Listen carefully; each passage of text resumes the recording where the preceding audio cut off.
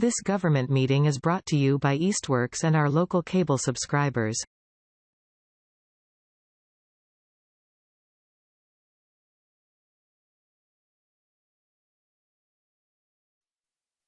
It's 6 p.m. Could we start by standing and saying the Pledge of Allegiance, please? Pledge allegiance to the flag of the United States of America and to the republic for which it stands, one nation, under God, indivisible, with liberty and justice for all.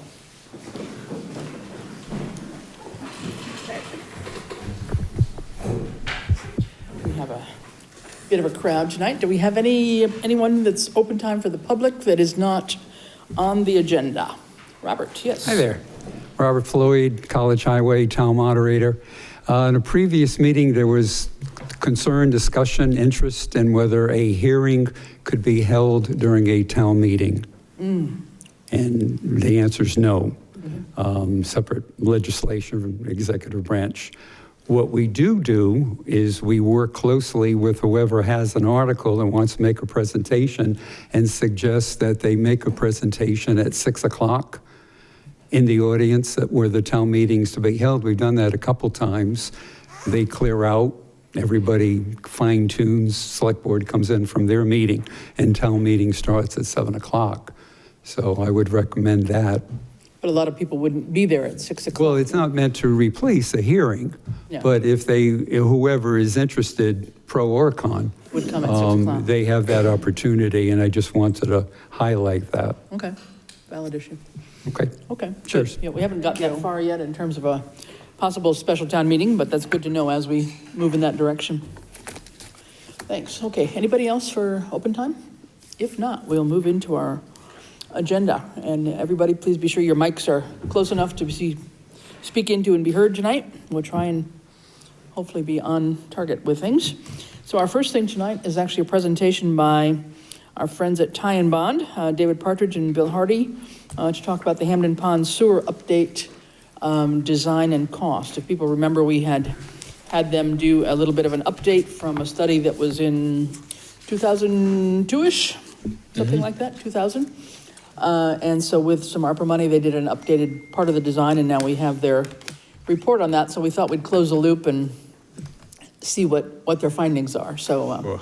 We'll let you take it over. Findings is a lot more money. That we figured it probably would be. Yeah, I'm Bill Hardy. This is Dave Partridge. We went ahead with the evaluation of the existing conditions out there versus what was designed back by SEA. And Dave went out in the field with some others and went through it, looked at the design, and essentially the design looks like, what was out there is really meets with how the existing conditions. So it would the design itself of the layout of the system would comply. There's some options that we looked at that Dave can talk about when we started to look at the routing of it, whether or not we would just continue routing around to collecting it and bringing it back over to the west side and then connecting into Westfield versus trying to go down through the neighborhoods and then connecting through Westfield on the south side of the pond. And Dave can talk about what he found in that area. Okay. Yep. Come on up here. You got to talk. Yeah, we need to get you at the. Yeah. We apologize for going old school, but it was certainly in the agenda that I believe that town administrator provided. There was a map. That map showed the various, so what we did is we were trying to verify the design that was done by SEA 20 plus years ago. So we're looking at plans that were developed 20 years ago, surveyed 20 years ago. So as part of this, we have to look at what might have changed in the past 20 years. And the answer is not too much from a perspective of roads and utilities. Yes, there may be a building or a house that wasn't there before, but no roads have been changed.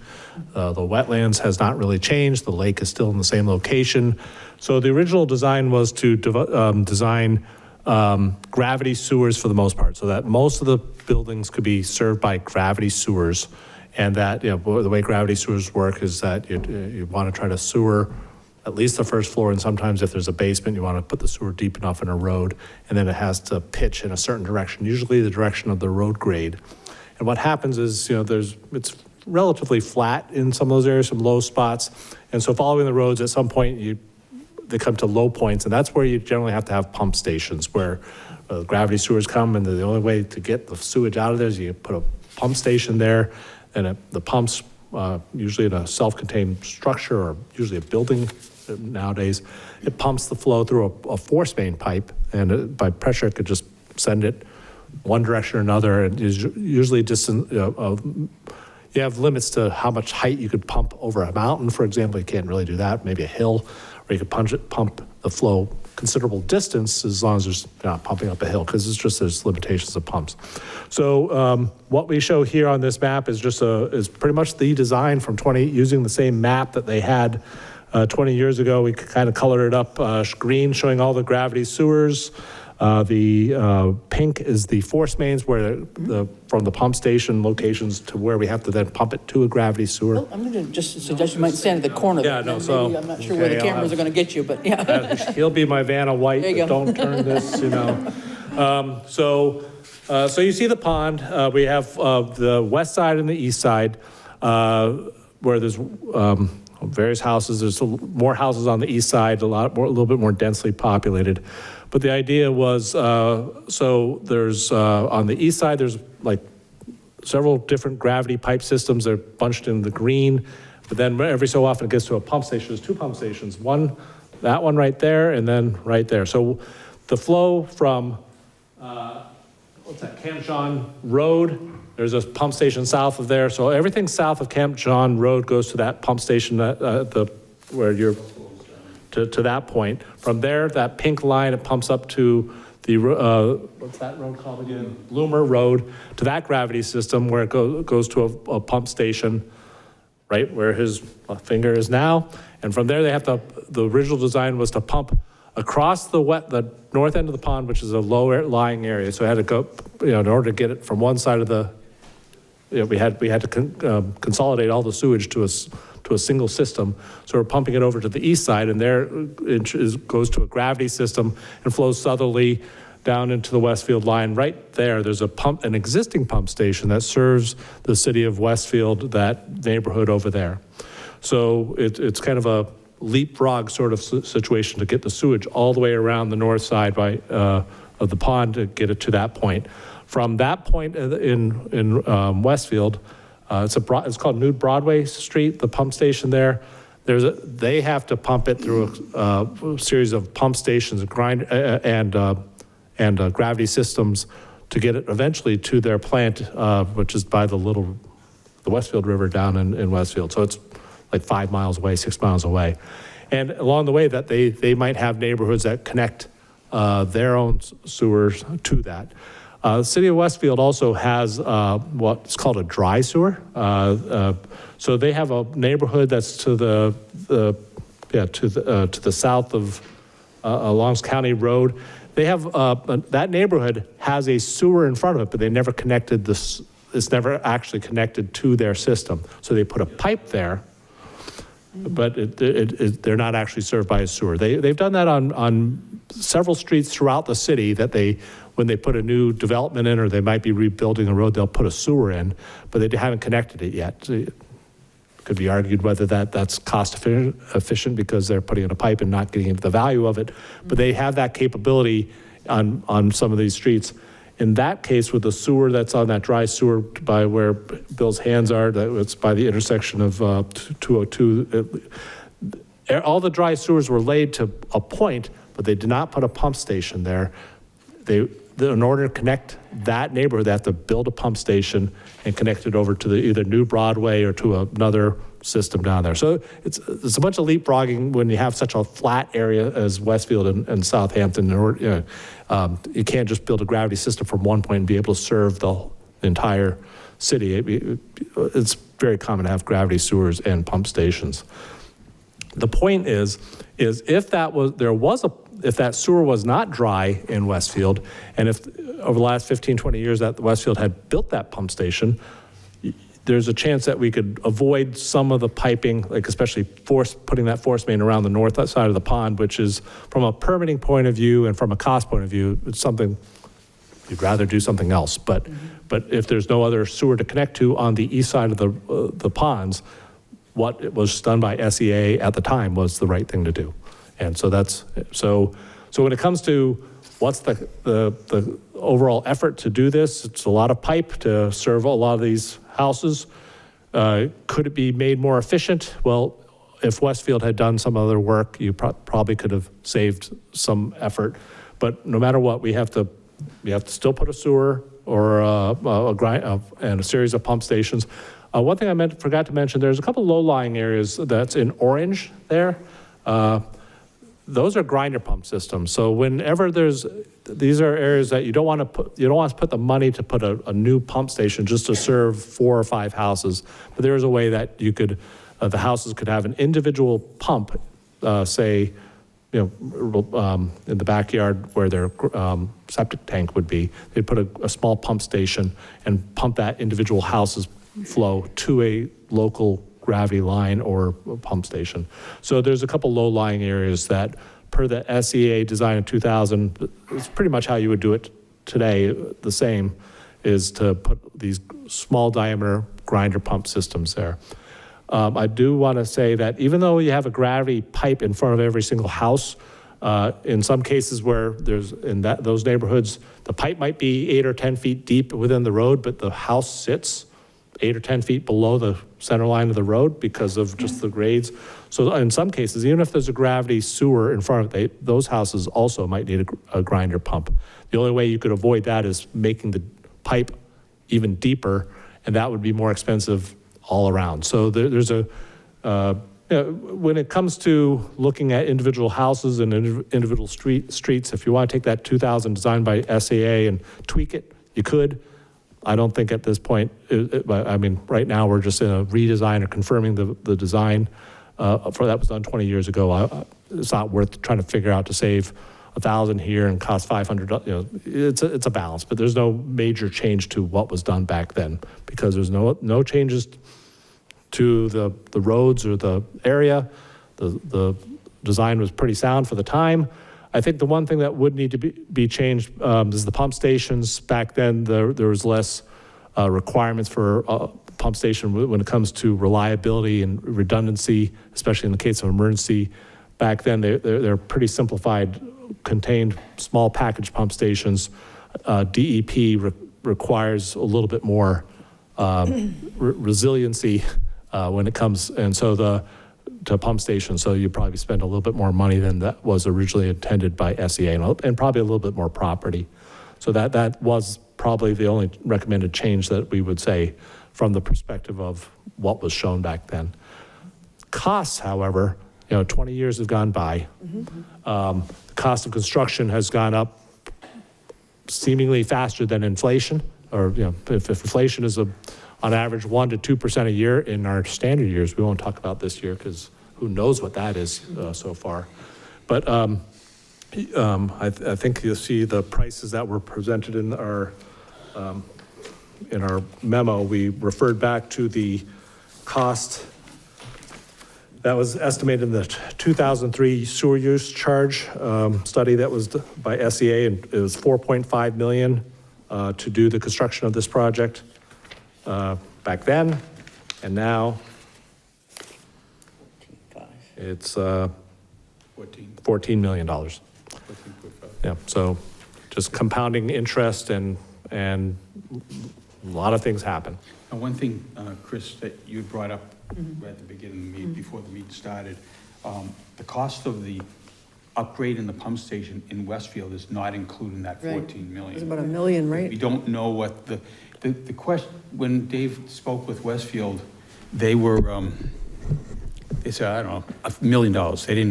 They weren't quite sure, and the question is, how much do they need to upgrade it? If Southampton's going to connect in, then they may say, well, let's do some other upgrades at the same time for Westfield, and there could be a shared cost, which would end up potentially bring the cost down as a shared cost.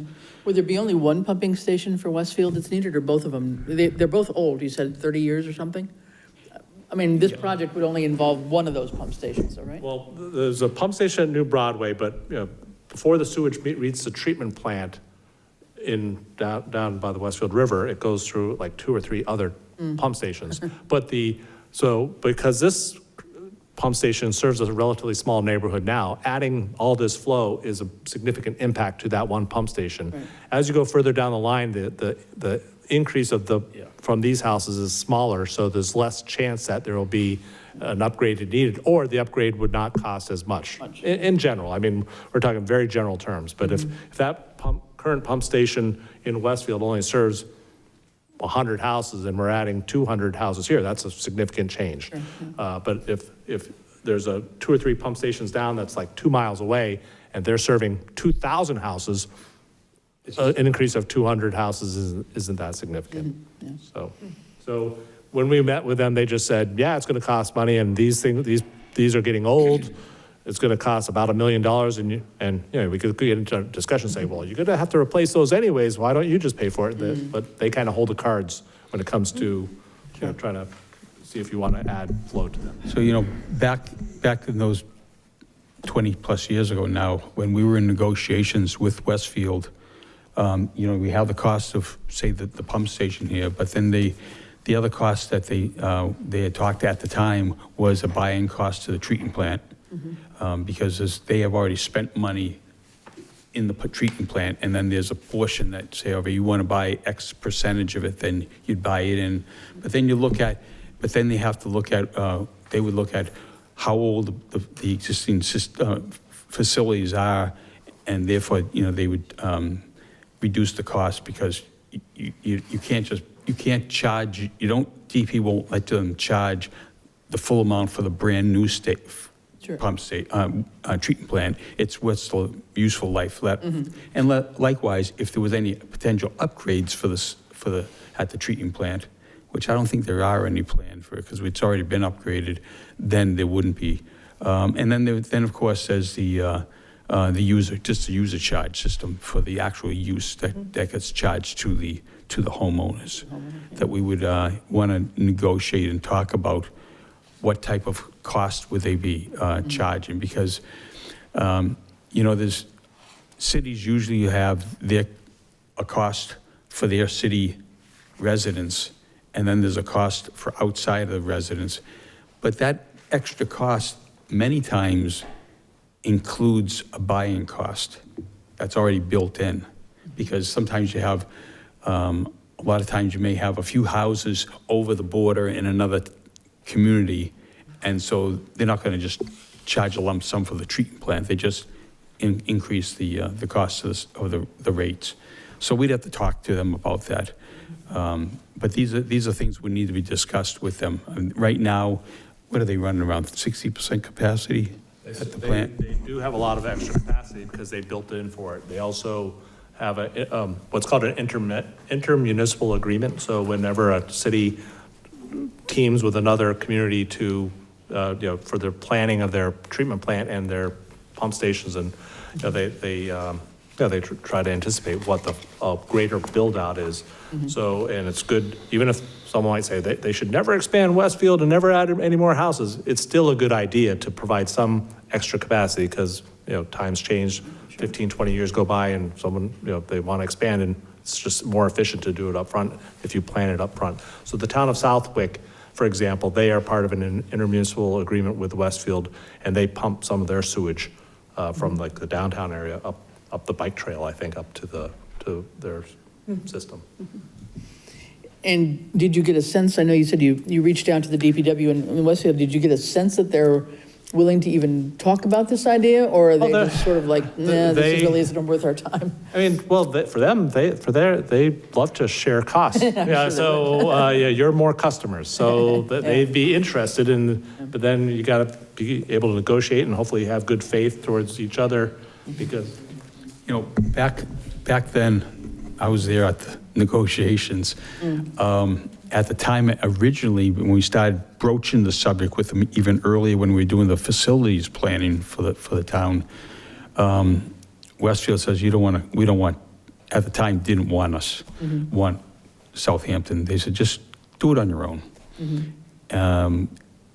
But since then, they've expanded the plant, and actually, when they did that, right back in that 2000 range or so, when they were expanding the plant, they went in for funding as a regional facility, assuming at the time Southampton, I believe. So when communities nowadays have so much extra capacity, they look for communities. What's happened over the years, as you can well imagine, is there's water conservation.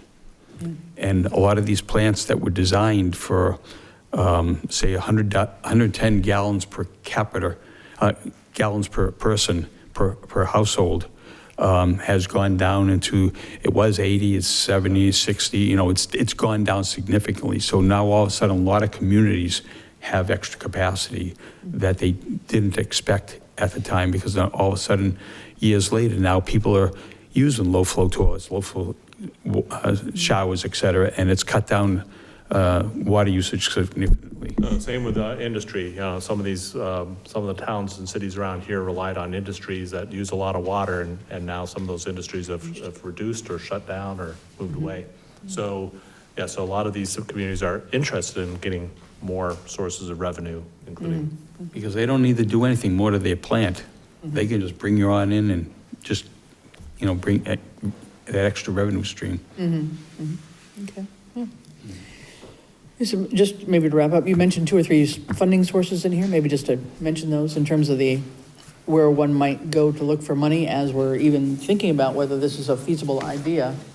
So a common program that's used nowadays is the state revolving fund. They have for drinking water, for clean water. It's a low interest loan, and there's usually some principal forgiveness, depending on what year it is. The low interest loan had traditionally in the last 15 years have been 2% or so. The conventional loans not too long ago were 3% or somewhere around there. So it was the low interest loan wasn't that attractive, and that also made when it's not that attractive is not very competitive. So if you want to get on your project if you showed the need, if you have contaminated, I didn't even get into the issue, but if a driver of this project is that's best for the environment and for its groundwater or for Hampton Ponds themselves, this would have a higher chance of qualifying because it's a competitive program. You're competing with other communities like Boston that have the dirty water with the sewage going right into the river when it rains. You also have ones where the treatment plants are falling apart. But projects that have, replacing septic systems, areas that are served by septic systems, have a reasonably good chance of getting in. But if you do succeed in getting that, it's a low interest loan with some principal forgiveness. Lately in the 5 to 10%. So your $14 million job might be reduced by $1 million or $2 million. It's not going to cut it in half or anything like that. So are you referring to the sewer rate relief fund? Or is that something separate? I'm not sure what that is. Okay, all right. Maybe different. Yeah. This is a state program. This is short of also if you wanted to use any of the federal funding money that's coming to the town or not. I don't, that's your choice. But the other thing that back then, and I don't know where it stands right now, back then we had started to look at rural development money. Sometimes you can take it within the town if you have a pocket like down at the ponds area. You can assess the medium income within that area compared to the rural development program and see if you qualify or not for any funding from that. It's one thing that we were doing back in that time. It was quite a while now. Those are federal funds or Yes, yeah. through USDA or? Rural development. What is that? Okay. And then you mentioned They the have grants. MVP They have program grants as well. and loans on that. And so that's, and they, we know different communities that are doing that. Whether or not Southampton would qualify for that, I'm not sure, because you have to do that assessment of income just in that portion of the town. I'd be remiss because we're talking about low income, but the SRF program also favors communities that have low income or populations that are served by low income. Okay. Anybody have questions here, thoughts? Oh, one last thing is, you've talked about the report. I believe in your packet, there were some tables here. So Ed had asked us to take a look at what would be potentially the cost per user. And we looked at it two different ways. One was, on the first one, you'll see number of lots is 180, and the second one says 250.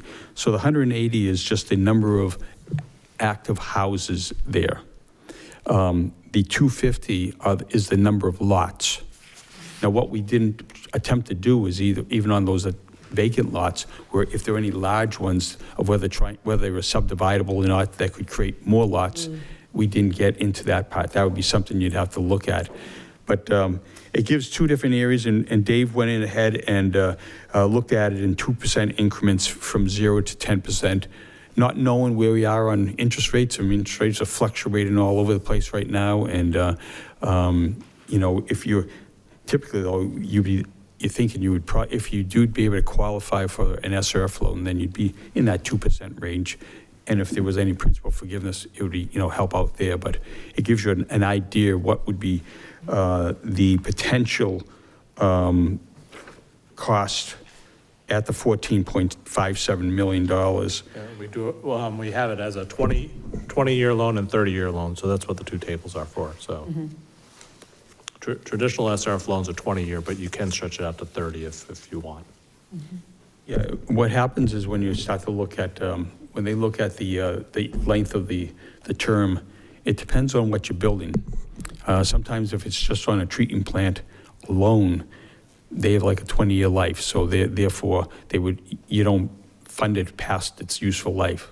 Sewers, on the other hand, could be out there for 50 years without having to do anything other than the treatment, the pump stations. Then you'd have to do something more. That's why they allow a 30-year on that, so it can stretch the cost out.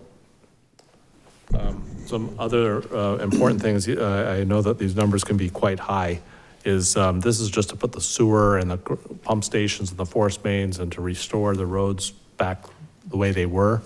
There's also a cost to if someone said, hey, while we're pulling up the road that might have been asphalt, and why don't we just pave the whole thing? Well, that will cost a lot more. It also will, if the actual cost to get the house for the individual homeowners to take their plumbing, then whether they can put a pipe from their house to the gravity pipe by gravity, or if they have to put a grinder pump in, that is not included either. So it does keep on adding up. And both of these scenarios exclude the cost of upgrading to Westfield, right? Correct. From what I'm saying, yeah. Okay. Which is another challenge, yeah. Yeah. Okay. So I think I have just one question. I mean, given what you've said, that the design is pretty much unchanged, really. It seems to be still a workable design for the last 20-some years, and maybe it might need some tweaking, but not a lot. So if we were to think about going forward with this, I mean, a lot of the work usually has to get done in design and permitting and whatever. What would be next steps? I mean, I know upstairs we've got volumes from SEA on the design that was done in 2000 and whatever, and I personally don't feel like putting in a whole lot more money on more design work if that is not absolutely crucial. So assuming that the design is somewhat okay the way it is, are we at a point where we could take a next step without having to do a major design again, or are we at still a design stage? You wouldn't have to do a major design. Dave and I talked about that, knowing that would be potentially asked, which is a valid question. You've spent good money on the design. there may be a little tweaking here and there, but for the most part, and we have the CAD files for that, so for the most part, the plans are fairly well along. There's not much to be done. There maybe have to be a few things if a utility change or something or whatever it may be. We definitely would have to revise the whole specifications, because things of what was specified out there for testing, for pipe types and materials and so forth have changed. So you'd want to update all that. Yeah. But that's not a significant amount of work. But then you have to do permitting, because all the permits have expired. So, yeah, and the permitting has become more strict in the last 20-plus years. So wherever the pond is, plus whatever adjacent wetlands, there's pockets of pools here and there, that vernal pools, things of that nature. When it comes to putting the pipe across that wetlands along the north side, that pink line that you see there, that was originally proposed by doing directional drilling. It's where they get a rig and just drill arc under a pipe underneath the wetlands. That would probably still be the way you would do this, but it does require a fair amount of permitting and alternatives analysis that I'm not sure what was discussed as alternatives, but you got to go through the effort. The other thing is the pump stations. As I said that before, they were designed as very simple, small pump stations. I think the requirements are going to, the new design requirements are going to require something much more robust. It will probably also need larger parcels of property to put this in. I don't recall what was done for actual easements there. The design was not 100% done. It was like 85, 90% done.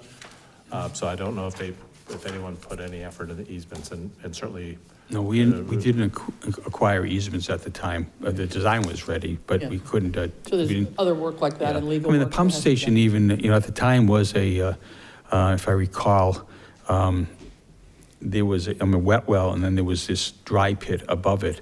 One thing some communities are going to are submersible stations, to avoid having to have confined space entry and so forth. And that's something we'd have to talk with the town because those versus having a wet dry pit. Going forward, it'd be, well, who would maintain the sewer system? Would you have your own DPW maintain the sewers and pump stations, or would you work in agreement with Westfield? Because, and if it's whatever Westfield wants, then they would get something to their liking. So we'd have to talk to them about that. Okay. Good. Yeah. So on the two charts, one's the 250, 250 are the existing parcels, regardless of whether or not they can be divided today. And then the 180 are the number of parcels within that 250 that actually have structures on them, right? Okay. So if this moves forward and we get down to the end of the road here, is there a mechanism to force those 180 parcels that have buildings on them to come in, or they still have to opt in?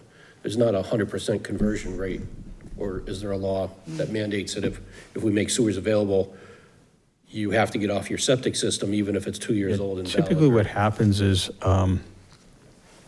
there would be a sewer ordinances that we developed, sewer user regulations, and typically what communities have is, and I think we were talking about that, was being proposed, is that if you're within 150 feet or some distance within a sewer, you have to connect in within X period of time. We would drop off a connection point at each of the homes anyways, but then there would have to be something. Now, in this case here, they would be, whether they connected or not, they would be charged. They'd be still receiving this bill for this assessment for the sewers. So it's a matter of whether or not they wanted to connect in or not. But every community does it a little differently, but for the most part, sometimes they have it, they don't charge it right away. There's a reduced amount, but then that extra amount that is being carried by the town until they connect in. Or sometimes some communities just say, this is the cost per dwelling unit, or per frontage for for everyone. You can do it based on just by lot. You can do it based on the length of frontage, because it makes sense to some degree that there are some common costs, but also if you have a one house that has 100-foot frontage and another one has 500 feet frontage, there's a lot more pipe going along that piece of property, and therefore there's some extra costs involved. So those are things that would have to be discussed as we're going through the design portion, updating the plans.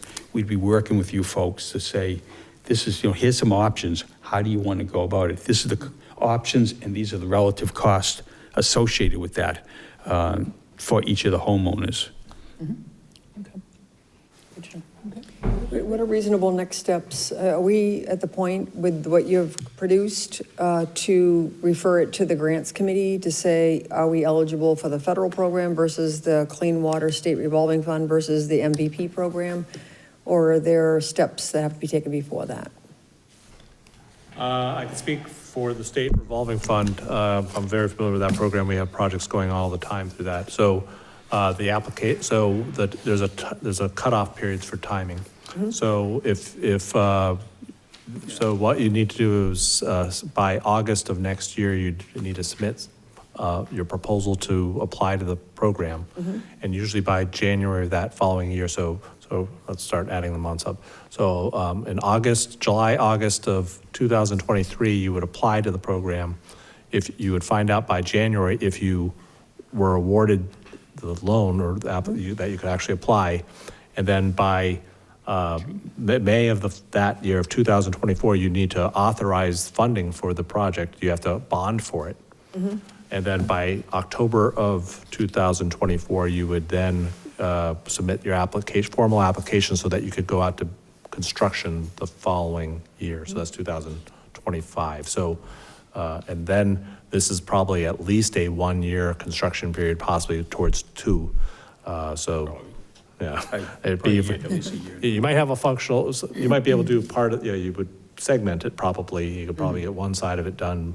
It depends on what's happening over in Westfield, is how much they need to upgrade over there. Correct. That could be a separate contract that they may let out themselves. Right. I'm not sure how that would happen. Right. Concurrently, while you're going through this process, you could still be getting the design up to speed and ready to go. So then when you do submit it in August, your funding application, well, it's a project evaluation it's PEF to get on, for them to consider you. And then during that fall of next year, they consider all the applications to see, then they create what's called a priority list. They give so many ranking of so many points. And once you make the cut, then everything above that is funded. And then depending on how close you are and whether they spend all the money, what happens is the following year, somewhere in the May, June time period, they call up and say, hey guys, are you going to spend that money? Because if not, we got other people on the list that can make the list. So, I've had that happen, So you have, just so you have till August to decide whether you want to at least apply, but you don't actually have to commit to the following May. Right. And then, but by that following October, you have to have the design done, because if you don't have it done, so that's October of, I lose track of my years. Yeah. But if you don't, so you have time to put that design together, but you'd also have to, in that meantime, talk to make sure Westfield's on board, because otherwise. Yeah, I think the timing is pretty much the same for the MVP program, if I remember. I think it was a June-ish kind of, June-July application period. We had looked at something this year and weren't successful on it with the culverts, culvert assessment for that too. So anyway, good. Well, I think this is good information for us, and we thank you for doing the update. And by the way, I guess you have a grant committee, is it you say? We do have a grant committee as well. So if they wanted to talk with us, we could even help, like we can make a phone call to the SRF program to see, where things, where they would, how it would look, and whether, if, just explain the situation with 20 years later, and this is what we want to do, and just make sure there's no wrinkles that they were throwing at us. Right. Okay, That's helpful. good. Yeah, no, and definitely for a lot of these applications that are very technical. I mean, we'd have to Well, rely that's on it. a lot of your expertise anyway. so- Typically, our clients ask us to prepare that PEF because we know we've done it so many times, for so many communities. Yeah. We know what needs to be put in and what sells. Yeah, sure, good. Well, thank you for coming tonight. I'm sorry, Francis. Yes, go ahead. Francine. Right, your mic. The MVP program, oh, I'm sorry. Under the MVP program, it says the maximum grant amount is $3 million. Are you eligible then, are we eligible then to apply to other funding sources, or are we limited? We can do any and all of these? Through the SRF I don't- program, if you have funding through another program, that you just subtract that from what Okay, you're asking okay. for. Yeah. You can go ahead and, I had a program years ago, I got 5 different grant programs. I just kept applying until I get, Oh, God, that must be a nightmare. that was a while ago, and they're not there anymore, Yeah, right. But, you try to, it may be through that, maybe through rural development, if you did qualify. That's one thing you'd really want to look into. That would be a big thing. You could, and I don't know, but look at the, and we can give you some I was gonna say, if information you on could send that. us a link through Ed or something, send a link about that program to Ed, and then we'll, Yeah, because then you want to look at the, what you have for the income out there. And if you haven't had a recent income survey, because like back then, we actually performed a separate income survey that would be up to date for the specific area. So depending on what you have for, how up to date your information is. good. Well, thanks very much, everybody. And I don't think we have any decisions tonight by any means, but I think we definitely have a lot of information to consider and see how we could deal with any of this. It's If you obviously. have any more questions, you want us to come back Yeah. in, then let Ed know. Thanks. He knows where to find us. All right, much appreciated. Bye-bye. All right, Thank you. thanks very much. Very much. Okay. Yeah, don't forget your visual aid there. Thanks for bringing that. Very good. Okay. And thanks for members, I gather, of the, is it the Hamden Ponds Association that have joined in? So thanks for coming tonight as well. And we will move on with our agenda. So that next up, we have some reports. We have our police department report next. Ian? Thanks, Bill. Take care. Good evening. Hi. Ian Illingsworth, Police Chief. I'm here to just do my quarterly report for this fiscal year.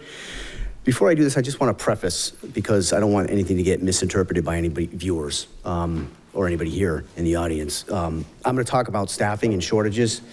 This has nothing to do with budgetary constraints that were given. I was fully budgeted, fully staffed. This has everything to do with leaves that were unforeseen by personnel that had to take leaves. Yeah. So I just want to get that out there, that I have, short of these leaves, I have a full staff of employees, okay? But the current priorities and activities I want to discuss is staffing, the Reform Act, some traffic calming, as well as calls for service and investigations. I'll start with staffing, and this is why it was important for me to preface my conversation like that. As of July 1st, we had several leaves of absences from full-time employees. Now, there's 10 full-time employees, myself included. At one point, we had 4 full-time officers on leaves of absences. That included a military leave, a resignation, family medical leave, regular medical leave, as well as another form of leave of absences. These leaves were absolutely warranted and were not abused. So, but what that did was that created a significant hardship, unfortunately, on the personnel and as well as my overtime budget. So what we had to do as a result of this is, obviously, we're in a shortage of part-time officers as well. And just to give you a little stat here, in this first quarter of this fiscal year, there's been 503 hours of shift coverage by part-time officers. In fiscal year 22, this same time period, it was 834 hours. Fiscal year 21, it was 995 hours. I want to identify this trend clearly, that, the part-time staff, the dependency on part-time staff is becoming less and less. So as a result of it being as little as it is, these shortages had to be filled to some degree. So we actually had to cut staffing where we only had one officer on certain shifts at a time. We did this with a statistical and empirical-based approach that we felt was most appropriate. It worked, but it's not what I want or the officers want, and I don't believe the public would want this as well. I'll get into some details with that as some recent stats that we have as well. The concern of that is I wish I had the part-time staff to fill those, because then I wouldn't have to use overtime. But between my use of overtime to fill these shortages, as well as officers getting forced, what happens is I'd have to say 95% of all these hours, which is about 300 hours of based on the leaves for this quarter, were forces. They were officers that had to either come in early or stay late, depending on the shift coverage. That takes a toll on staff, for sure. It takes a toll on the officers, and they did it. And I'll acknowledge that those officers in a little bit later in this report, but they did it, and I'm happy for them. And as of right now, the shortages are over, with the exception of one. The officer that was on military leave voluntarily went on another 6-month leave, so he'll be gone until April. It's almost 9 months of the year. That has a consequence on staffing during the days in particular, because once we were fully staffed, I was finally going to be able to bring a patrol officer onto the day shift. That will reduce overtime, but it'll also help us address quality of life issues, speeding, even just general patrols. And now we just don't have that. We won't have that. So myself, my detective who works during the day, and Lieutenant Grober are trying to do as much as we can to address those issues, but there's a lot of stuff that, administrative tasks, and my detective, Sergeant David Neal, is extremely busy right now with investigations. So he's not even leaving his office, essentially. The full-time position was filled. That officer was a veteran police officer, and he's now assigned to the 12 to 8 a.m. shift. So that was, he just completed his field training. He started that this month.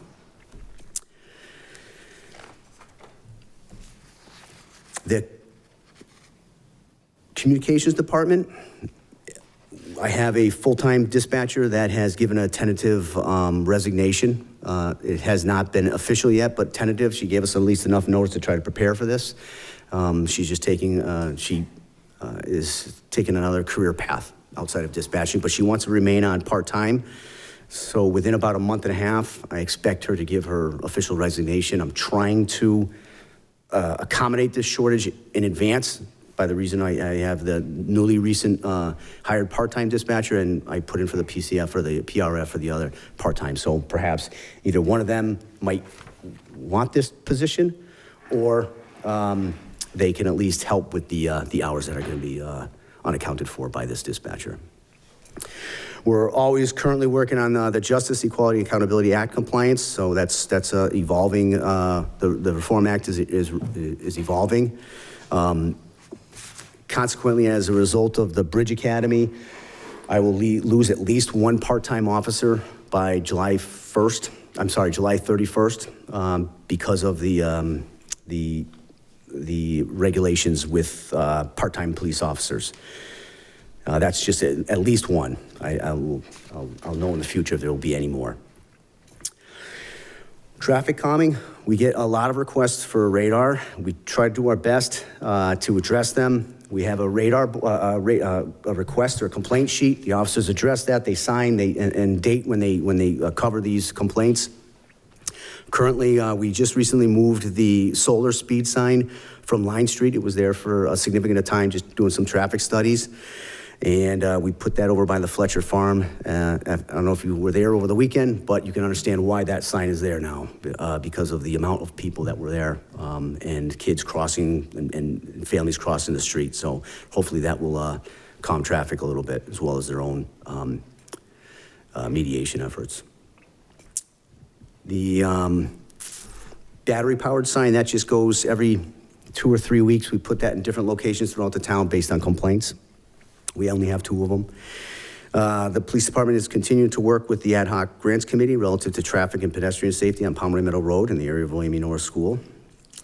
And just recently, the police department, as well as Ed and the highway department, Randall from the highway department, met with Easthampton officials on October 6th to discuss traffic concerns on Line Street in efforts to slow traffic and increase pedestrian safety there.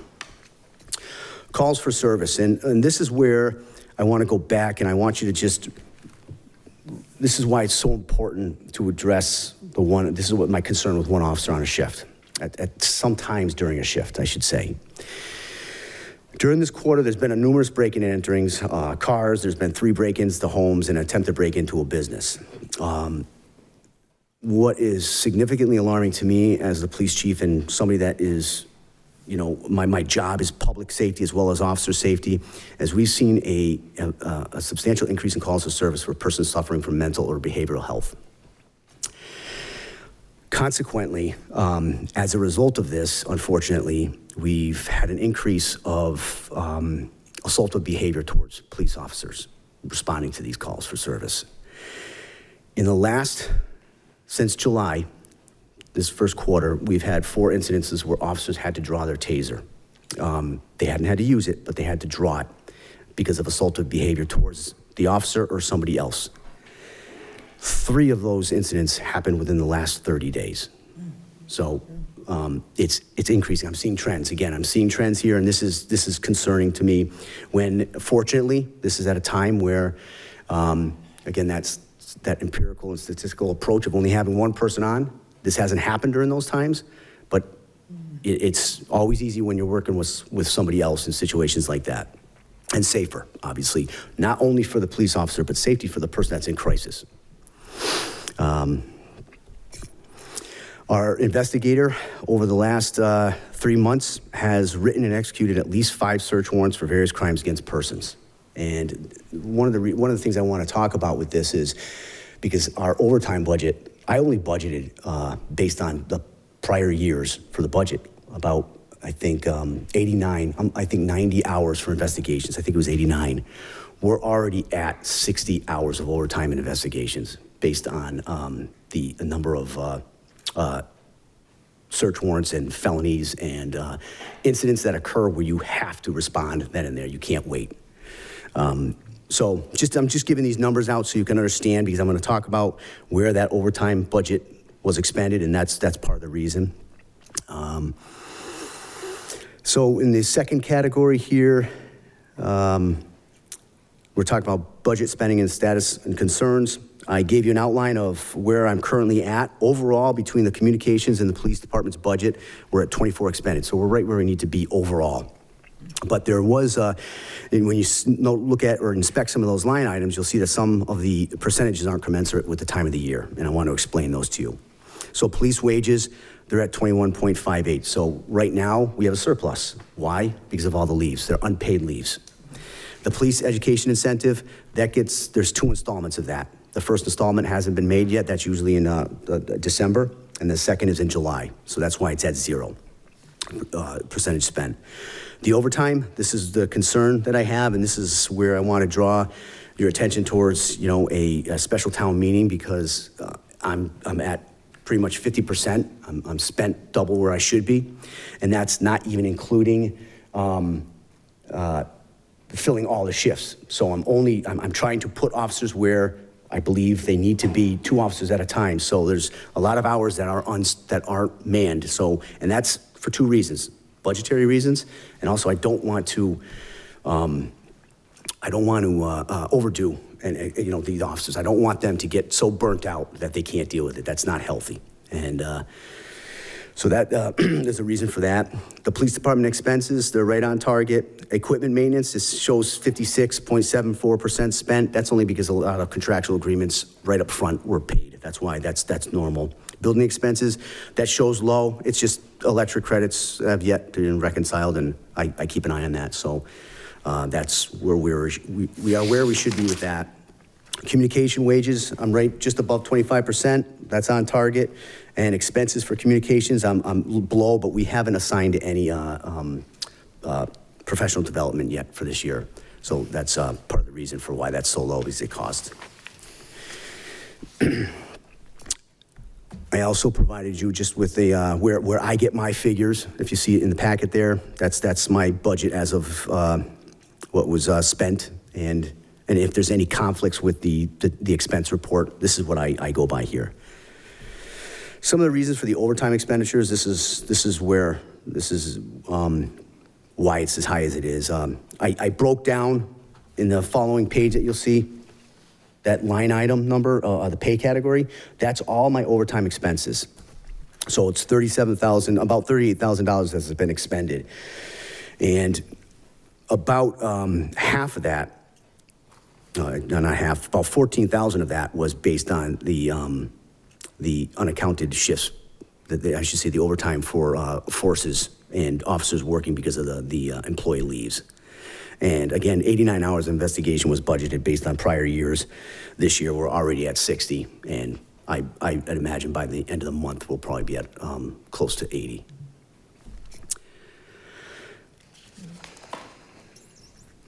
Personnel and staffing updates, I pretty much gave you what I had on that. I want to recognize the officers because I think this is important.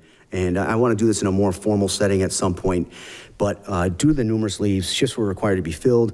Of the 300 overtime hours associated with the leaves, most of these hours required officers to be forced beyond the regular shift. This is sometimes unaccounted for, meaning they can't plan for it. Sometimes they can plan for it.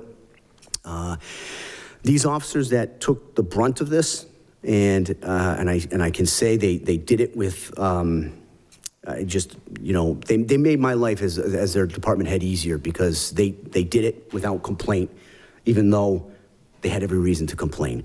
And that would be Officer David Latour, Officer Scott Gove, Sergeant Martin Cook, and Lieutenant Mark Grober. They took the hit. And I'll be quite candid with you as well. Some of these officers, in order to avoid overtime, they would actually work the extra 4 hours, and if they were working with somebody else on the shift where they could leave, for instance, if it was Lieutenant Mark Grober works with me, and I'm working with another officer, he'll go in at 4 in the morning, he'll leave at noon, just to say, okay, I'll just leave, I'll take a short day, and I won't take the overtime. So I'm even getting, we're getting assistance from our own staff with that. Plans and events. Drug Take Back Day, there's one scheduled for October. We didn't do it this year in October, this October event, because I have to put somebody at those at that location, and that's going to require overtime, and I have to be as frugal as I can with the overtime right now. However, we always have the kiosk at the police department, and that's a 24/7 service. Anybody can just come into the front lobby and place whatever prescription medications that are acceptable for that kiosk in a kiosk. We held with the sponsorship of the Polish National Credit Union, the police department participated in a fraud awareness shop at the Southampton Country Club, and that was probably approximately 50 attendees were there. I felt like the DA was there as well as the sheriff, and I think some important messages were said and heard. So I think that was, I want to, again, thank you, the Polish National Credit Union, for that. Not only did they sponsor that, they also provided us with a $500 check for lock boxes for the community,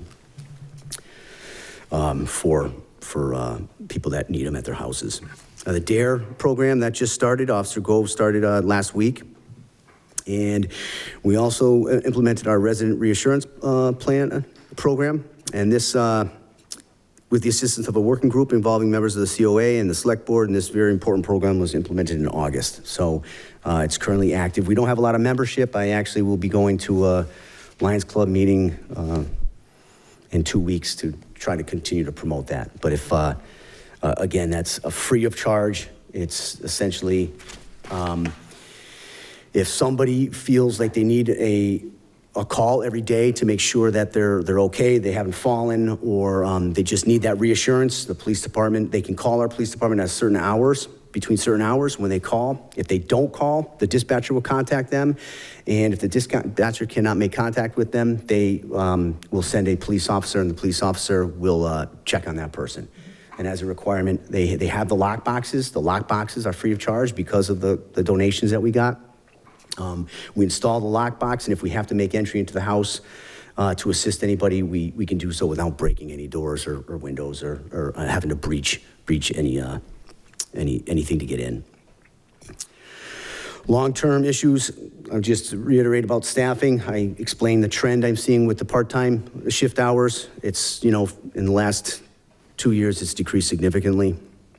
And I'm a proponent of employee resiliency and longevity.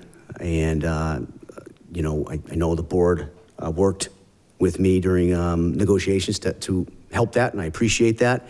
I just want to continue that effort because the officers, especially right now, they deal with heavy things, and as well as they're working a lot, and they need that work-life balance. Suggested tools and resources for job and cost efficiency grants. One grant I did not seek this year, was the grant for public safety campaigns, and the reason I did that was they require a certain amount of hours that officers are required to work during those campaigns. And because of the shortage in my staff, I'm having a hard time filling shifts, never mind doing the traffic campaign. So I couldn't do that. The state 911 department grants, I'm in the process of applying for those. I imagine those will be submitted within at least 2 weeks. And that will be at least over $30,000, which I'm in compliance. Our communications department's in compliance, so there's no reason why that should not be allocated towards us. It's a reimbursement grant. And equipment maintenance schedule, I listed the cars there. You can see I've got, of the cars that we had, 2 are no longer even in operation. They're not worth fixing anymore. We're starting to get some higher mileage on the cars. And I think that it's important that we seek to try to replace a cruiser with the new capital requests. I'll be putting some requests in for at least a request for a cruiser in that. And I'm researching both.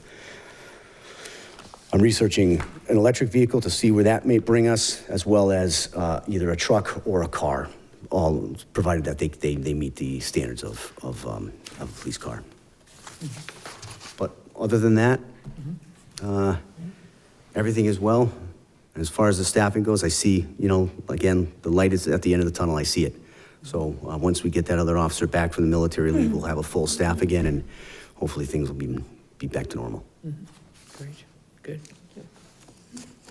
Lots of questions? Ready? Sorry for all the trouble you've had, and I hope all your officers stay safe. So please extend our gratitude to them for all they're doing. Are there any opportunities, given the mental health issues? You hear about a lot of the police officers are being able to refer directly to mental health clinicians. Are there any services that are available? Some departments do. I know Easthampton has somebody that works full-time there. Obviously, they have a lot more of these calls for service in Easthampton or the larger cities. Smaller towns like Southampton might not have the ability to have that resource. I've heard nothing but good things about those programs. Mm-hmm. Other than having the town fund a clinician to be available to go around, there are outside resources. I know we used to be able to call the crisis Sure. center. What we would do in these cases, what we'd always do is, provided that we have the opportunity to do that. In the situations that I'm speaking of, that I spoke about, the officers, possibly, there's assaultive behavior towards them. You don't have time at that point to wait for a clinician from BHN, which is Behavioral Health Network out of Springfield, to respond. In that case, what we do, so in order to request an involuntary hospitalization or apply for that, you either have to be a physician, a qualified clinician or a psychologist, or a police officer. Go figure, right? Like the least educated in that field. So in those situations, that's what enacts us to take that person into custody. And we don't take them into custody as in bring them to the police department and book them. If they're violent or they're at the point where they're trying to harm themselves, we mitigate that, and then we just request an ambulance, and then the ambulance will transport and the officer will follow behind and then take care of things at the hospital.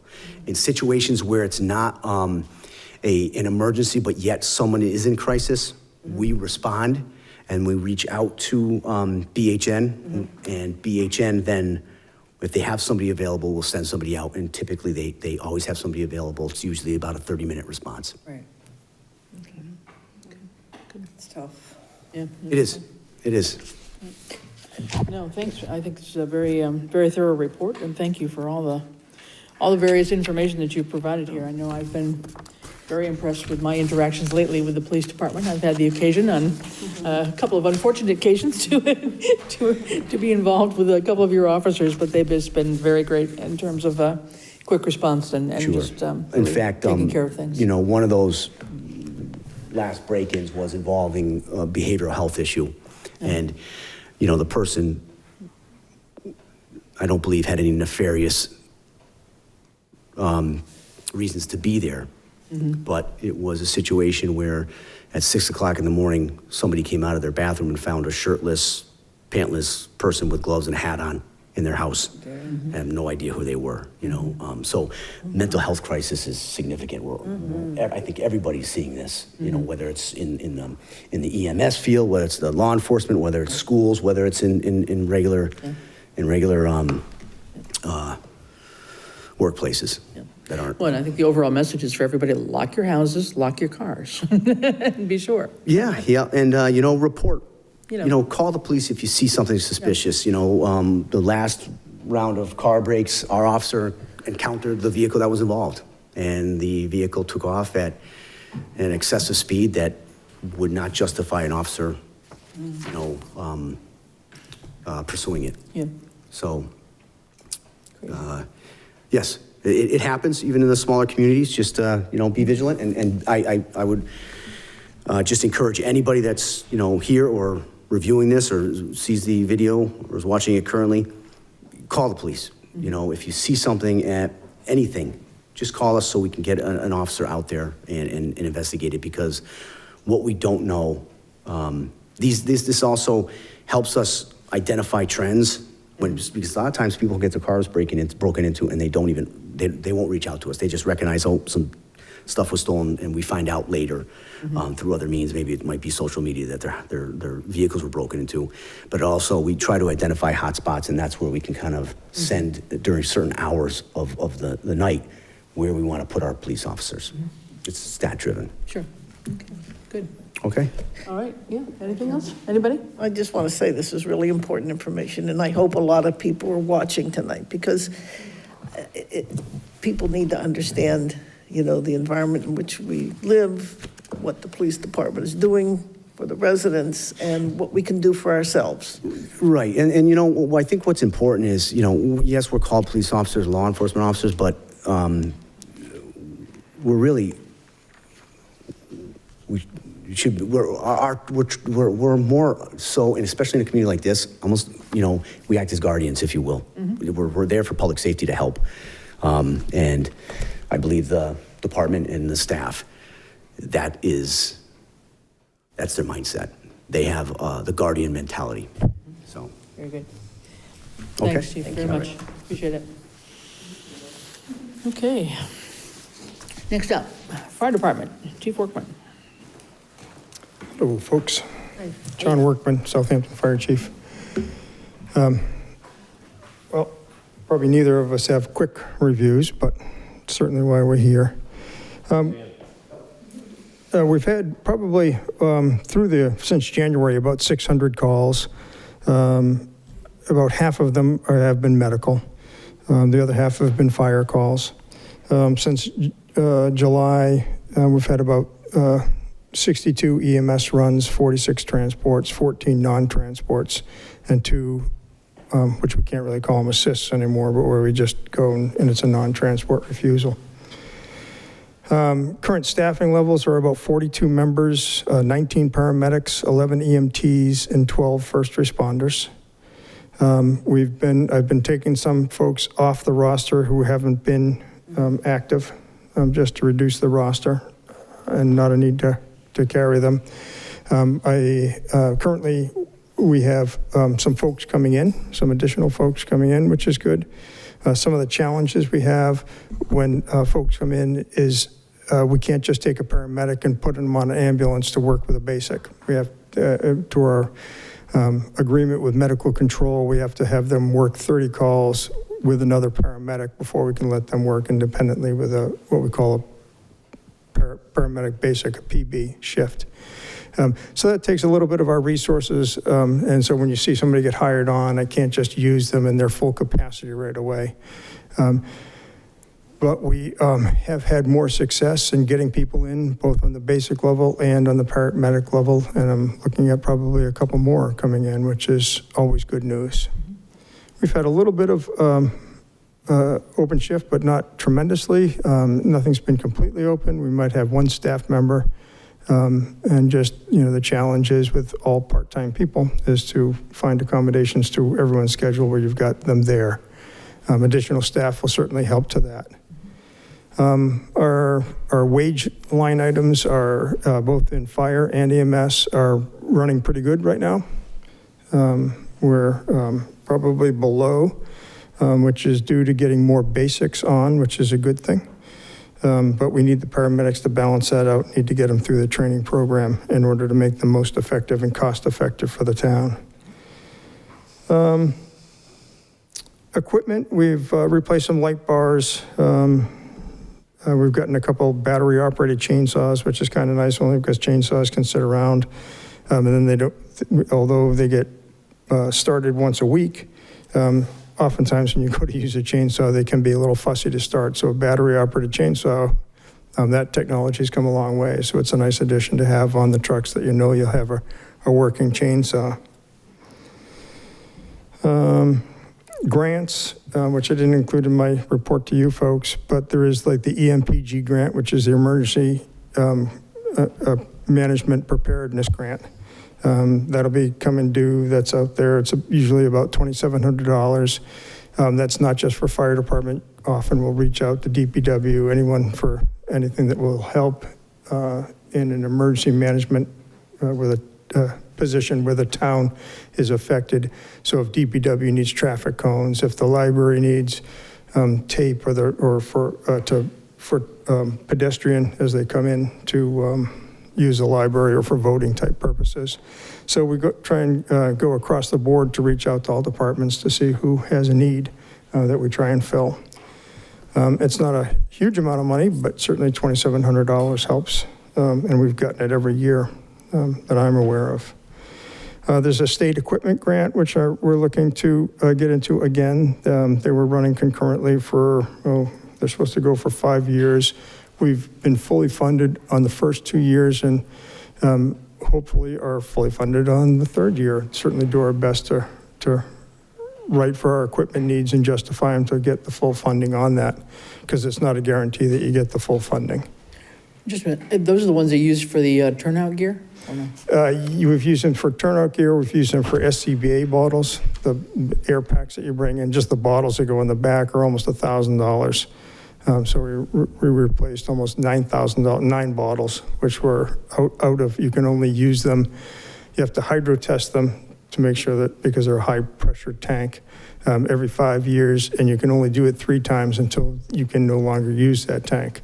So I've always tried to replace at least a few every year, so we don't have 30 tanks that come due in 1 year. Sure.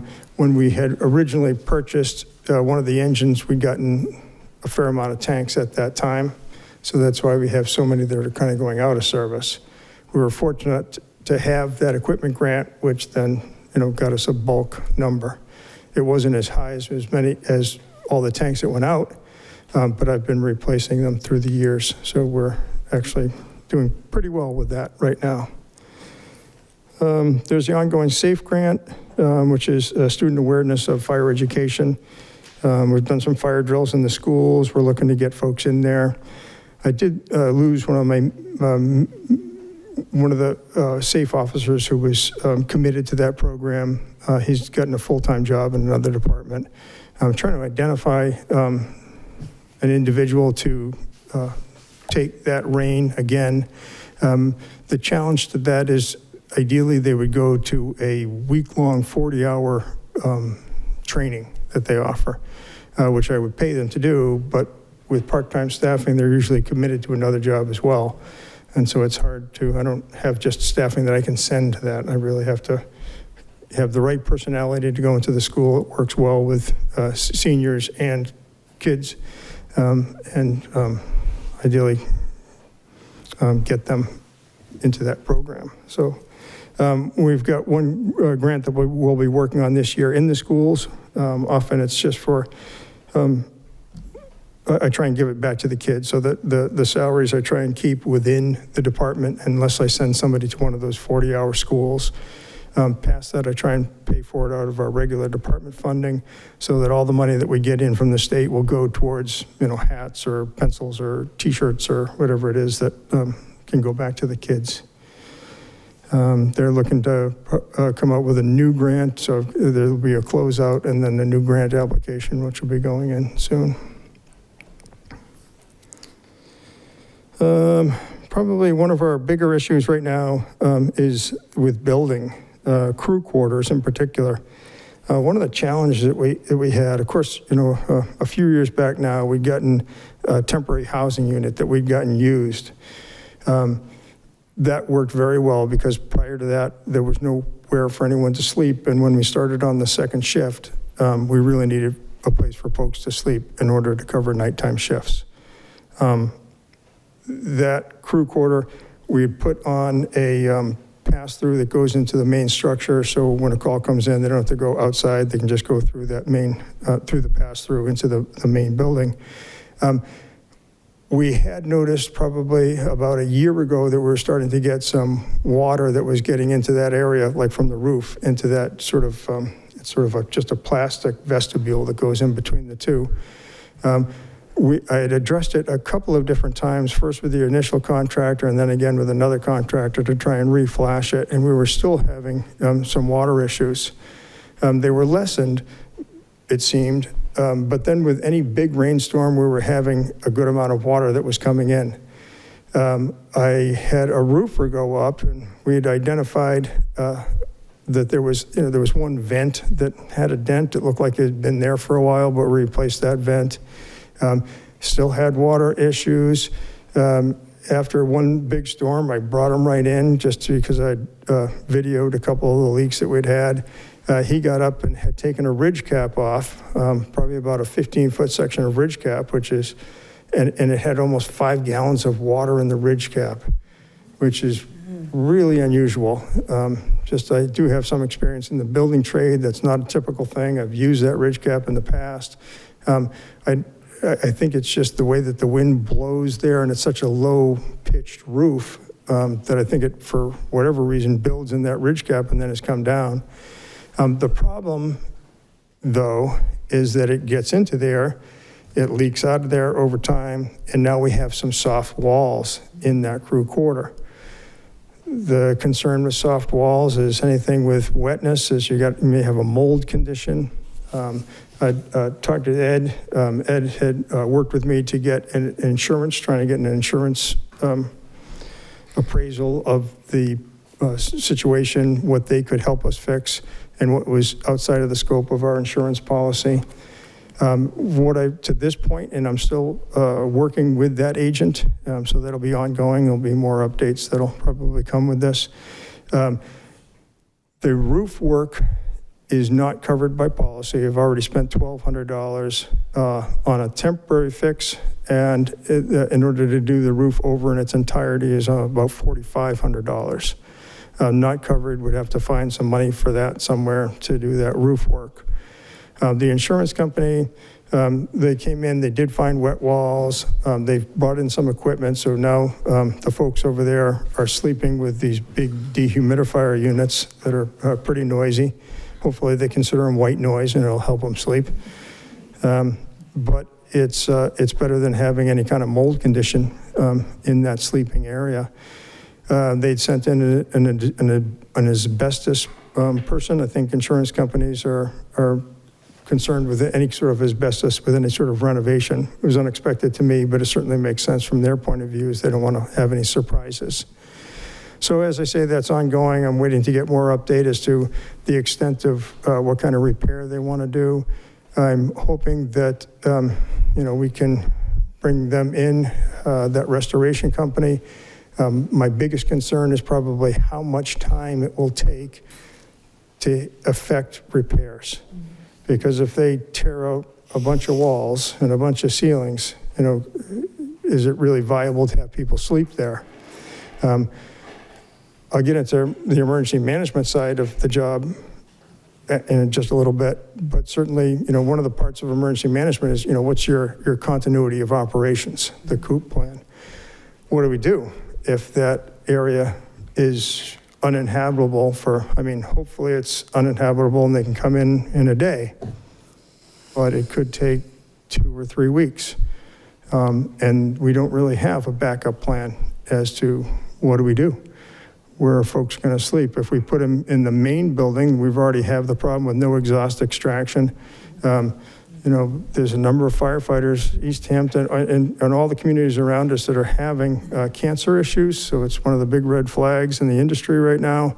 I don't want to expose my people to that, especially when we're aware of it.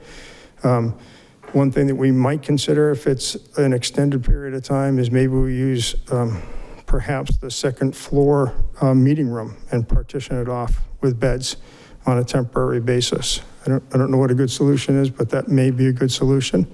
It's something that we can discuss. I know I've talked to Ed about this a bit, and certainly if you have any ideas, we're open to it. My point is to keep the folks safe in a reasonable environment and keep service at, you know, 24/7. So that's my goal with that. But there are some challenges to doing that, and you know, the trailer was supposed to, you know, it's a temporary housing that we got used. And I'm crossing my fingers with the building committee, which I've been on for my whole tenancy here for probably 10 years. It's nice to see that RFQ go through. It'd be nice to see a reasonable structure. I know that we're going to go out and take a tour of like Granby's structure, which is a very comparable community. We're not looking to overbuild anything. We're just looking to have something that really will provide for the service that we want to provide to the town. Let's see. The main building, I mean, you know, the main building has its own challenges. Of course, there is no exhaust extraction, and that really is something that I may try and focus on in a capital request. I hate to put money into a building that we really are looking to move out of, but I also hate to not do something when it comes to taking care of the men and women that work for me. So I think we owe them a reasonable environment, and no one wants to sleep in their garage, and that's effectively what happens when they're in the building, including my office. Right. The roof is having some trouble spots. That building will probably need a roof sometime in the near future. With any luck, we'll be able to tear it down before it did. But it's just one of those impending things that we need to think about as we move forward.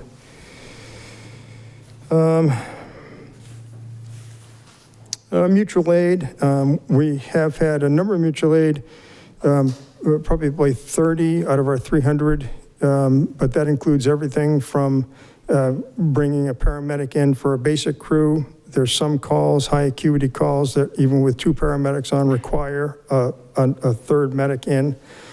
So some of them are due to that, where you just have to call a paramedic due to the type of call that you're responding to. Some of them are when we are out on a previous call and they have to do coverage. Some of it is if I have 2 basics that are working a shift and they have a call that requires a paramedic, we call a paramedic in. So the numbers aren't too bad comparative to last year, so I feel like we're doing better. We've also provided mutual aid to Easthampton and Westfield because everybody has the same problem. When you get busy, you don't have enough ambulances to cover everything. And we've probably done outside mutual aid 11 times. So that's where that stands. The station sign is kind of a nice thing through some of the ARPA funding and through some of the SAFE funding, just because we can put public education messages up on the sign there. I'm still working with Lyman Sheet Metal to do a design. We're just going to have Southampton written above it, just because if the fire station moves, it doesn't make sense to put Southampton Fire Department. I think that could potentially be confusing. But I think it will be a landmark sign for the community. I think it turned out very nice with its stone structure. And I'm looking to have the ability that we can do different messaging on it, not just the fire safety messaging, but probably for voting and those kinds of things. We can put some probably magnetic letters on to so that we can make it more for the community, as well as fire prevention messages like check smoke detectors and summer safety and those things.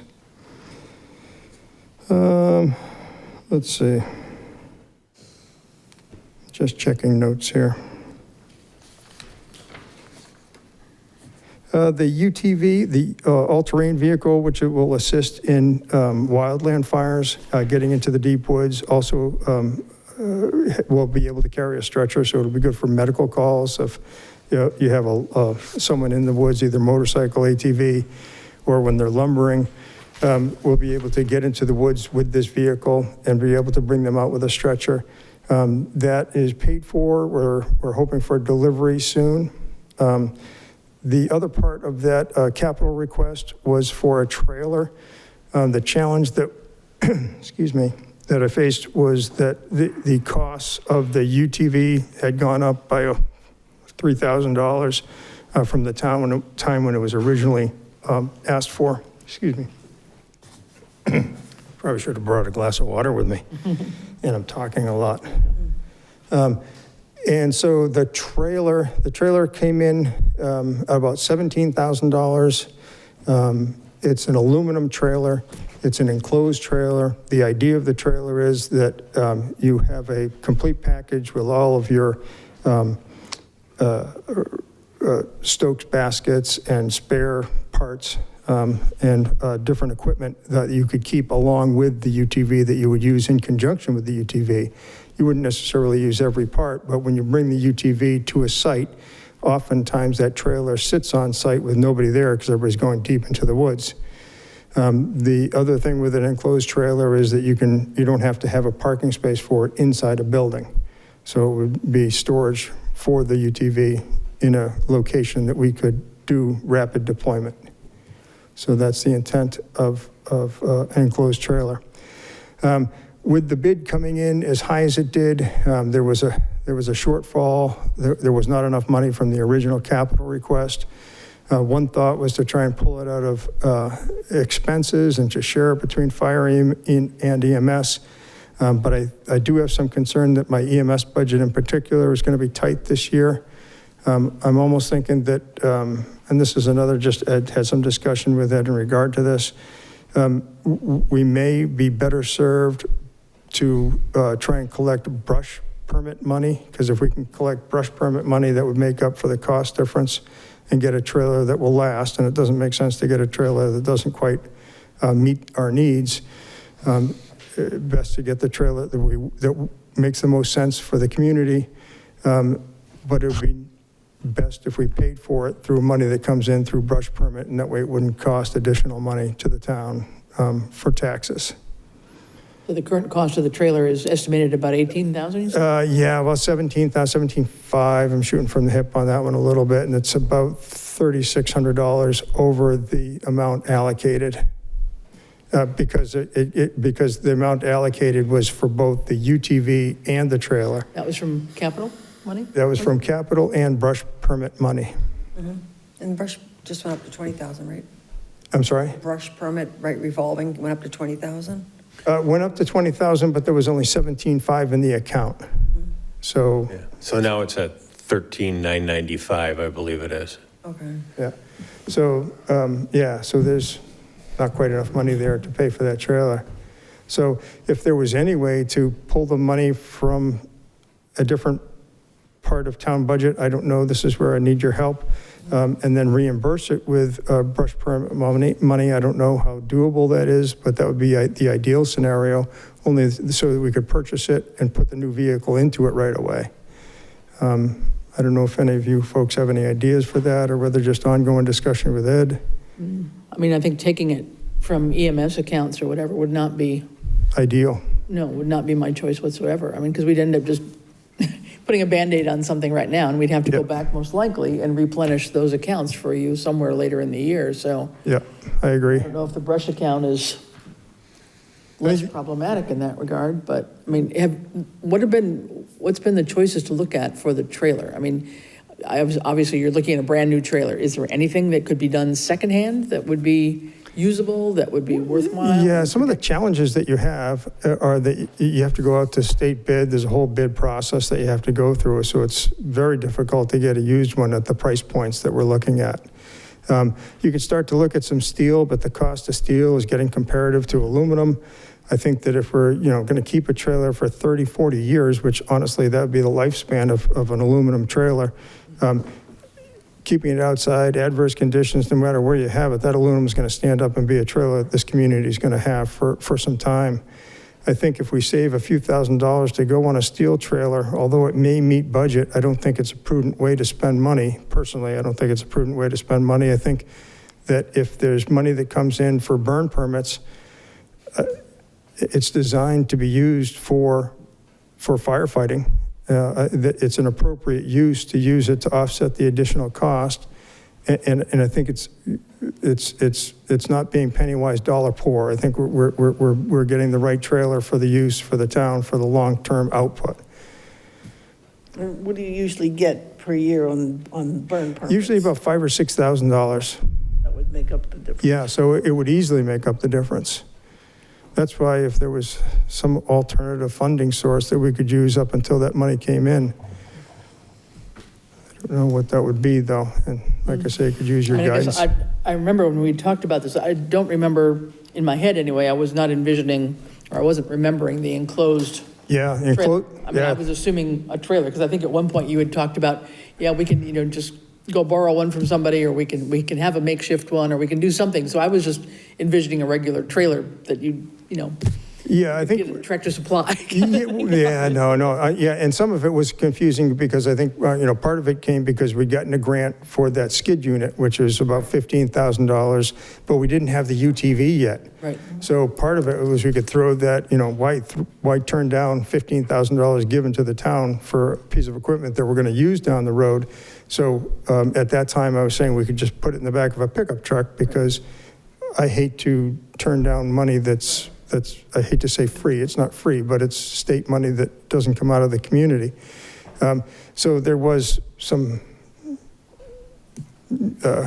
compromises that we would make in order to receive that skid unit that goes in. The trailer was always enclosed. I've worked, that's generally what other communities are using, and I've worked in another community where I just know that the enclosed trailer works out very well, only because you can leave it on site and you don't worry about anything exposed equipment leaving it.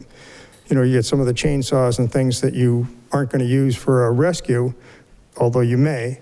You want them with the trailer when it moves, but you may not necessarily bring them on site. So when you have that kind of equipment, it's preferable just not to leave it on the side of the road unprotected. So a trailer would be a protection. The other benefit to a trailer is, especially unlike with an emergency management hat, it has and it's only 16 foot of trailer. You can call in for, the state does have vehicles that you can come in for command centers for extended events. We've brought them in for different house fires, especially in inclement weather. You could use this trailer, especially on a search and rescue, as a command center, where you have a group of people, police, state police, fire departments, different fire departments helping, where you could be out of the rain, out of the weather. It's not ideal, it's not fancy, but it could certainly double as that to have an enclosed trailer. So it's got a few different uses besides being the right choice for the UTV and getting the equipment, storing the equipment. Does that answer your question? Mm-hmm. Anybody have any thoughts about using the burn permit money or other ideas on this? If you said the UTV is about ready to arrive? Yes, the UTV, is about, as I was checking on it today to make sure they got their check, because I was waiting to hear back from them last week, hadn't heard. But they should have their check. I checked with our treasurer, who said that the check had gone out. So, and we don't currently have any place where we can store the UTV. We could probably store it down at Station 2, which we sometimes use for training. There is that possibility. And the only challenge would be if we needed it to get somewhere, I hate to just buy a less trailer that we're not going to use after that. So perhaps, if we could, I don't know if I remember right, and the police chief, who's a wonderful man, had said that he might have like an open trailer, that even if we could use that in sort of an interim, just to move it for the occasion that we need it. If you need it, yeah. That might be sort of a stopgap until the brush permit money comes in. But once that permit money is available, then we could go out for a trailer and either rebid or maybe we could use one of the current bids. I'm not sure how that all works. And most of the time frame that you'd be taking in your permit money would be from pretty soon to February? The burning season goes from January 15th until May 1st. First, okay. Yeah, and generally you have the heaviest use of wildland fire gear in April, when the weather's starting to get good, because nobody likes to burn in January and February, which is the best time to burn because you got snow on the ground and it's colder conditions. But April tends to be warmer and windier, and that's often when we are doing our most fire calls in regards to brush fires. So theoretically, in 6 months' time, you might have the money available to actually do that from the brush fire. Yeah, Okay, I didn't know if something to consider. I don't know if we want to, I guess my concern is if we wait until you have the brush fire money, things being the way they are. We'd probably end up needing it. It's going to be the price of the trailer going up again. at that point in time. Yeah, I mean, it was probably, a year and a half or 2 years from when that original bid that the UTV had gone up in cost. But that, everything's gone up in cost. That's what I'm saying. So I think these latest bids are, I hope, at the peak of some of the increases that we've seen due to inflation. Certainly there's no guarantee for that, but I'm hopeful for that. It's not 100%, but that's, ear to the ground. But there's no other line item that you're suggesting to take money from, right? Or even so, we'd have to wait until a special town meeting to approve it, right? To transfer. If you were going to transfer it, I From mean, current theoretically, you could split bill it between two accounts and then move the money later on. If that was a possibility, that would be ideal, because, I believe that's where I could use it from an expense account, because I do have, we've always collected between $5,000 and $6,000 historically for 4 or 5 years. If that was available, that would be tremendous. It would get us a trailer in a timely fashion. We could almost get it at the time we're picking up the UTV. So you're talking about revolving and fire department expenses? I'm going to throw out a suggestion, and I know I'm going to get 4 sets of daggers thrown at me because I am going to say the D word, but here is my suggestion. If we had to award it on this last set of bids, the winning quote would be $17,000 and some change, $500, $600, whatever it is. However, there was a second quote that came in that I had to disqualify because it did not come in under the requirements it was put out on and put on the correct form. That one's probably about another $1,800 less than the 17 and change. If I had to do this, because I still would hate to spend $1,800 more than we might need to, but I don't know if that other vendor contractor will actually fill out the correct paperwork next time. So we could be back to 17. But here's what I would do, or my suggestion to do. Put it out to quotes again. One last time, this is the 3rd time. And I hate to waste my own time doing that with everything else that goes on. I would say, since the brush fund is a revolving fund, and even though it does not have enough money in there to even cover, shall we say, 16 rather than 17.5, pay for it out of the brush fund. We know it's a revolving account. it's going to have enough and not have a negative next to it by the time June 30th comes around and that revolving fund closes out. Can you feel my daggers? I can feel for it. I knew they were coming, but I have to, I mean, on the flip side of it, I'm also conscientious of the fact that, okay, you split bill it. That means I have another department head or co-worker that now split bills it and makes those entries. Come May, June, or July, now they have to do another set of entries to correct those. So it's like, okay, well, why don't we just do what the daggers bring and make it clean, have it come full set, rather than do the extra work on the entry end. But that's me. Mr. Dagger down at the other end down there, you're being very quiet tonight. Surely you haven't thought? Oh, yeah, I don't know. So help me understand this. So is this a three-part process or only a two? So we have the UTV, which is the ultra-terrain vehicle, Correct, and then we have the trailer to transport it on. correct. What did the grant pay for? It paid $18,000 out of capital and $18,000 out, which was only $17,500 in the brush permit. But I thought you were awarded a grant. That was for It the, was awarded for grant for the UTV and a trailer, but from the original spec for the UTV, second request that went into capital was a little bit higher, and then delivery was about, like 23. So it went from about 19 to 23 by the time we had money and could purchase. So, and it was just when inflation really started to hit us. But wasn't there also a skidder?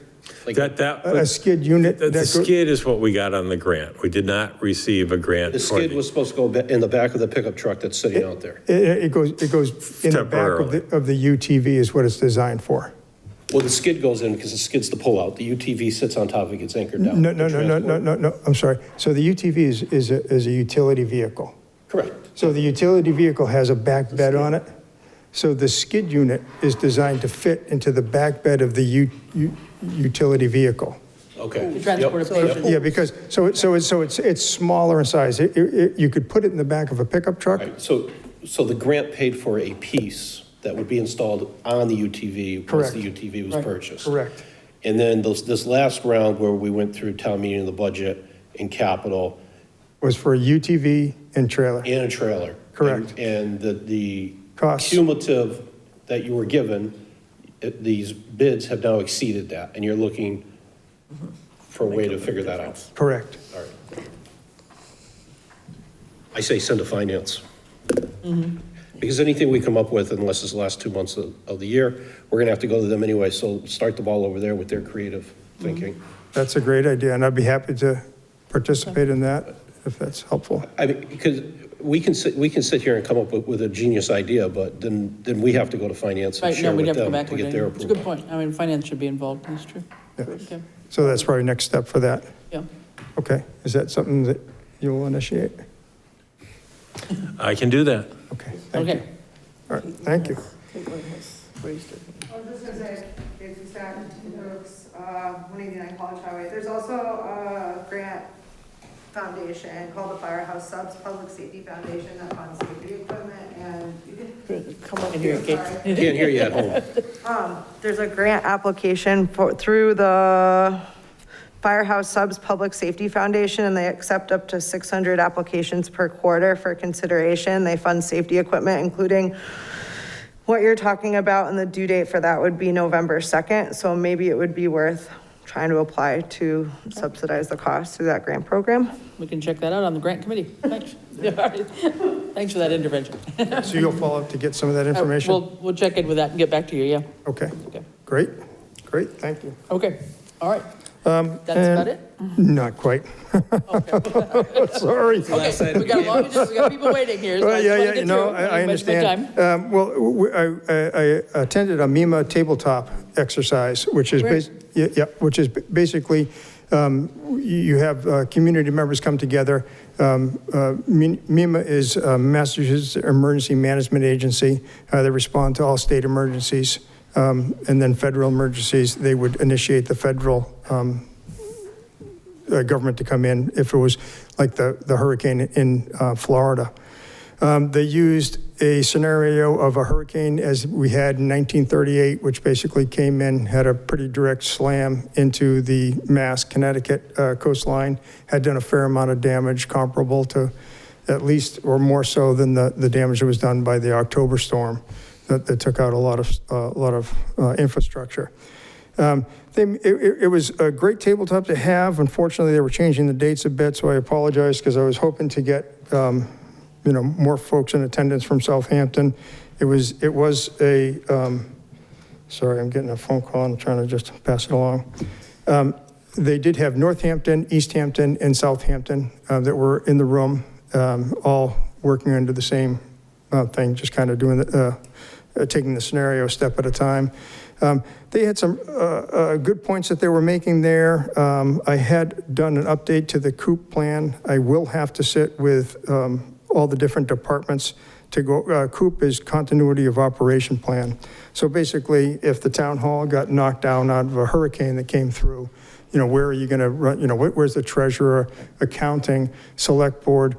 Where are folks going to go to do business? How are you going to continue to do business? Will it be another community? Is there another building that would have, some sort of accommodations? And so each department should really do that sort of continuity of operation, whether it be fire EMS, whether police department, DPW, library, schools. Everybody really should have some sense of who would be in command if, a fair amount of people got sick, like a pandemic. Or whether a hurricane came through. So my thought was to maybe organize a group of department heads, any select board that were interested in coming. I know that there's ICS. I don't know how many of you actually have ICS. Good for you. You have what, 100, 300? 400. Oh, you have 400? Yeah. Good for you. Nice. Because the requirement is 100, 200, and 700 NIMS. Which is actually all online. It is a requirement for the board to have that, and I would suggest that you spend some time to do that. It just familiarizes yourself really with the incident command system that the fire department and now the police department work under on a mass event where you're working interagency with a bunch of unified command. So that was a successful. I was there with DPW. Some of the takeaway, they did have, like they suggested, a PIO, a public information officer. I know that I'd done a 2-day public information officer training, but that was probably 20 to 25 years ago. I know that Ed is probably the public information person here. Do you have PIO training out of curiosity? Oh, nice. Okay, I don't have it documented, so some of that is good to document so that we know, and we may want a backup person. I don't know where that is sort of our backup is always good. Yeah, and that could be a select board chair. So that might be a training. I don't know how much kind of time you have, but those are good trainings just because they kind of give you an idea of how best to reach out to the public. Shelters. One of the challenges that Southampton has, particularly, is in shelters. They say that you should have accommodations or be able to manage 10% of the community, which would be about 600 people. Honestly, 600 people, I don't know where we'd put them, honestly. I think that if we go back to our SEMP plan, emergency plan for the town, we could use like a Northampton as our fallback resource because they have facility for sheltering, Red Cross for staffing, and an MRC, which is also a staffing potential for that. But if it was a hurricane, like the hurricane in 1938, then we're not going to be the only community that's going to be looking for that resource. So the challenge that we do have an MOU, memorandum of understanding with the church, but is the church really prepared for 600 people with beds and how's their sewer system? And then what is cooking facility and how do we really, so that's one of our ongoing challenges that we have in emergency management for the town. One of the thoughts, and I believe it was Charlie Kinnicky who had started with some of it, was with the school, Norris School, which could be an ideal spot. The challenge with Norris School is really a backup generator. They have a cooking facility, but the backup generator is really the challenge. And one of the physical challenges to that is that there was an addition made to the school so that the electrical room is in the middle of the school. So it's hard to get a cabling where you need it to feed the electrical supply in the middle of the school. But it's something that we, need for discussion. If there's ever opportunity, a grant opportunity for some of that, it would be something that we should probably be looking at, because sheltering is really one of the things that we have a shortfall in. Right. I talked about the COOP plan, the need for it, and I think that's probably enough. No, that's great. I think it'd be great if we should set a time at some point and get department heads together on the COOP plan and get that up to date and get that. Yeah.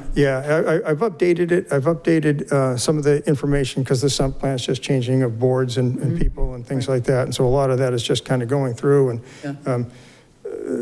doing the clerical work to update that. How much does the SEMP plan emergency? It's the what? It's for C. It's the emergency management plan. I forget what the C is. But anyway. Community. Community. Okay, of course. Emergency. Community emergency plan. Yep. How does that tie in with the MVP plan? Or no, not the MVP. I'm sorry, the hazard mitigation plan. Is it similar? Yes, it's similar. Yes. Okay. Yep. So yeah, one will tie into the other. Yeah. The other thing is like the LEPC, which is another thing that deals with like tier 2 different incidents. It's something that we'd always done regionally in the past. It's something that we don't have the resource to do locally. No community really does. The LEPC was a group that had been formulated, I know for the last 20 years, but then for the last 5, it really hasn't been active. They're just starting that up again. So we'll be part of that, and that way may offer some more resources for some grants and things like that. LEPC stands for? Oh boy, you're gonna catch me on that because I gotta think about it. It's late at night. Local emergency? Honestly, I forget it. I almost just want to look it up. That's good. But it's not coming to me off the top of my head, because they have an REPC and an LEPC, but they're basically like the same kind of community. Yeah. They're regional. One's a regional emergency planning committee type thing. How about that? Okay. And the other's a local emergency planning committee. Okay.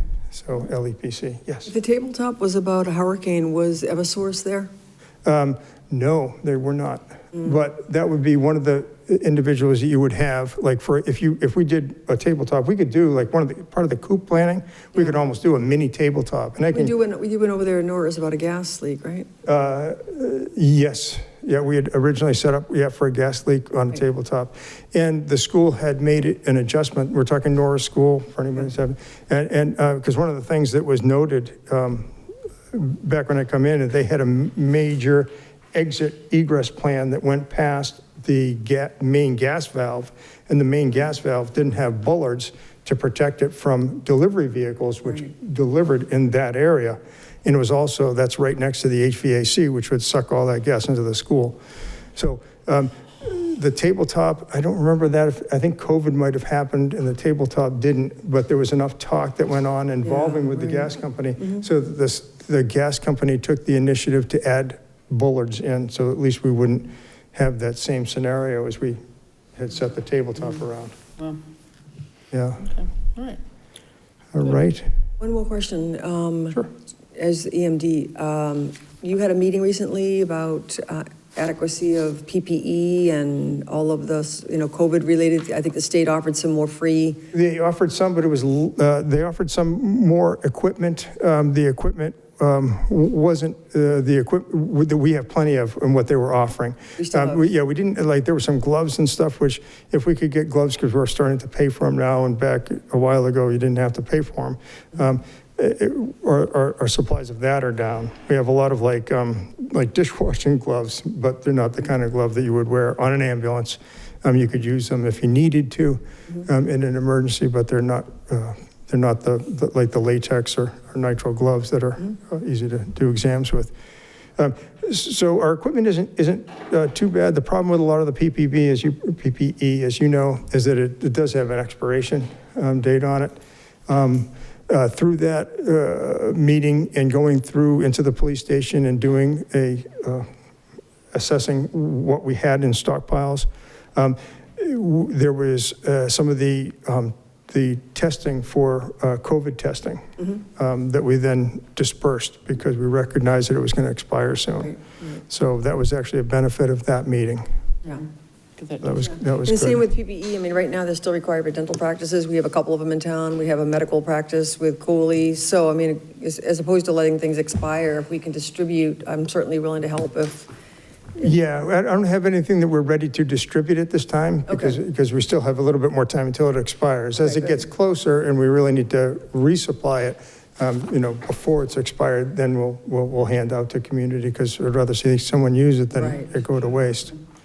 Okay, sounds Yeah. good. Okay, any questions of the chief? Thank you. Absolutely. Sorry, All right. long, No, both that's Ian good. and I. Thanks. But That's why we do these occasionally, so we can absolutely.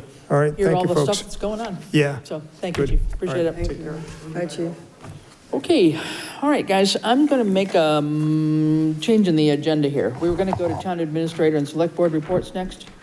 And one appointment, I'd like us to jump down to new business only because we've had folks waiting for quite a while. And then we have another folks waiting for a different part of new business. So if everybody's agreeable with that, Yeah. we start in with Yeah, absolutely. the conservation restrictions. The first item under the new business, conservation restriction drafts for the Madison Gilmore property. And we'll have, I guess, Mark Walmsley of Kestrel Trust. Well, we'll take a minute or two to hook in, yeah. Yeah. We can, yes. We just need to turn on the screen there, Ed, or is it on still? No. Sorry. What's the other new business? item? Great to see you. Oh, okay. So we don't have the Board of Assessor person. Thought she was going to be coming. It's too bad. Letter. Yeah, I know, but I thought she said she was going to be coming. No, nothing. Okay, I guess not. So I stopped with her. She said, I was kind of unhappy about it because he said that at conference call, I thought that when we had the last meeting and he provided the data, we said, okay, good to go. So I'm on wireless. Yeah, go to Did we the say everything's okay? Southampton 5G. Oh, Southampton 5G. Yeah. Okay. He's like, but I have a heart and we spend, it's not even worth it to do this. So let's talk about it after, Cool. maybe under. And then, in your, once you've Yeah, 'cause opened my your understanding browser, was that it was, put in that we- IP they presented address data, we said, okay. in the browser. Oh, up here. Yeah? Oh, Is that your interesting. understanding too? Yeah. Yeah, So I okay. put room name or just do the 19? 192.168.10.153. He was saying it was basically himself and his kid. Yeah. Hired somebody earlier in the year too. Chance if I've done this before. So we were saying we could go back to like a 6-month period and cover all of his salary. Does it bother me here? His salaries. Accept risk and Yeah, but continue. his understanding is that he has to spend. Showing through browser. Show laws or something that, but anyway, let's talk about it. And Yeah, because I thought it was like, we the said, okay, what you username, provided is adequate. Whatever you want for and- yourself. yeah. That's not what If you want to just mark hearing now. Walmsley Plus, he also, when I went to the store, he said, so I heard the bridge is opening today. for the password, and that's It's a the room code. But I understand why you got that, because when I 2234. drove down East Street, Pretty straightforward. a lot of the. As long as you can get through the firewall. But it's So definitely some not officially laptops, open. you can't get through, so, yeah, then you just have to present and open up your document. Why, that sewer's expensive, holy mackerel. To hit the green. Okay, I did that. Big screen window. It's like Windows. There you go. Perfect. That should do it. All right. Wonderful. It worked after all. We turn on the slideshow. All right, maybe just knock that mic down a little bit closer to you there. Sure. There you go. Good evening, everyone. Mark Walmsley from Kestrel Land Trust. I am here to ask the select boards to approve 2 conservation restrictions on land on Rattle Hill Road as being in the public interest of the town of Southampton. The 2 conservation restrictions in question are owned by sisters Christina Madsen and Andrea Gilmore. They've been in the family for quite some time, and I've been working with them for a number of years. Andrea is with us tonight, and this is the culmination of that work, as well as the realization of their wishes for their family land. So a little bit about the conservation restrictions in particular. So these would be 2 conservation restrictions on privately owned family land. They're being donated through the Mass Land Tax Credit Program, which is the same program that a lot of other folks in Southampton have used, including the Hendrick Land donation and the Riggs CR donation that have come in recently. Wonderful program, but it takes a number of years to go through. The CRs themselves, I provided to Chris Fowles, and they are in near final form. The state CR review office is horrendously backed up right now. They've gone through the first set of reviews. They are with the final legal reviewer for the state. They're sitting on his desk, literally, and he's trying to get through all these by the end of the calendar year. So again, if there are any substantial changes by the attorney, I may be coming back to have you resign if you choose to sign tonight. But we're going to cross our fingers that anything is going to be minor wording changes and not substantial.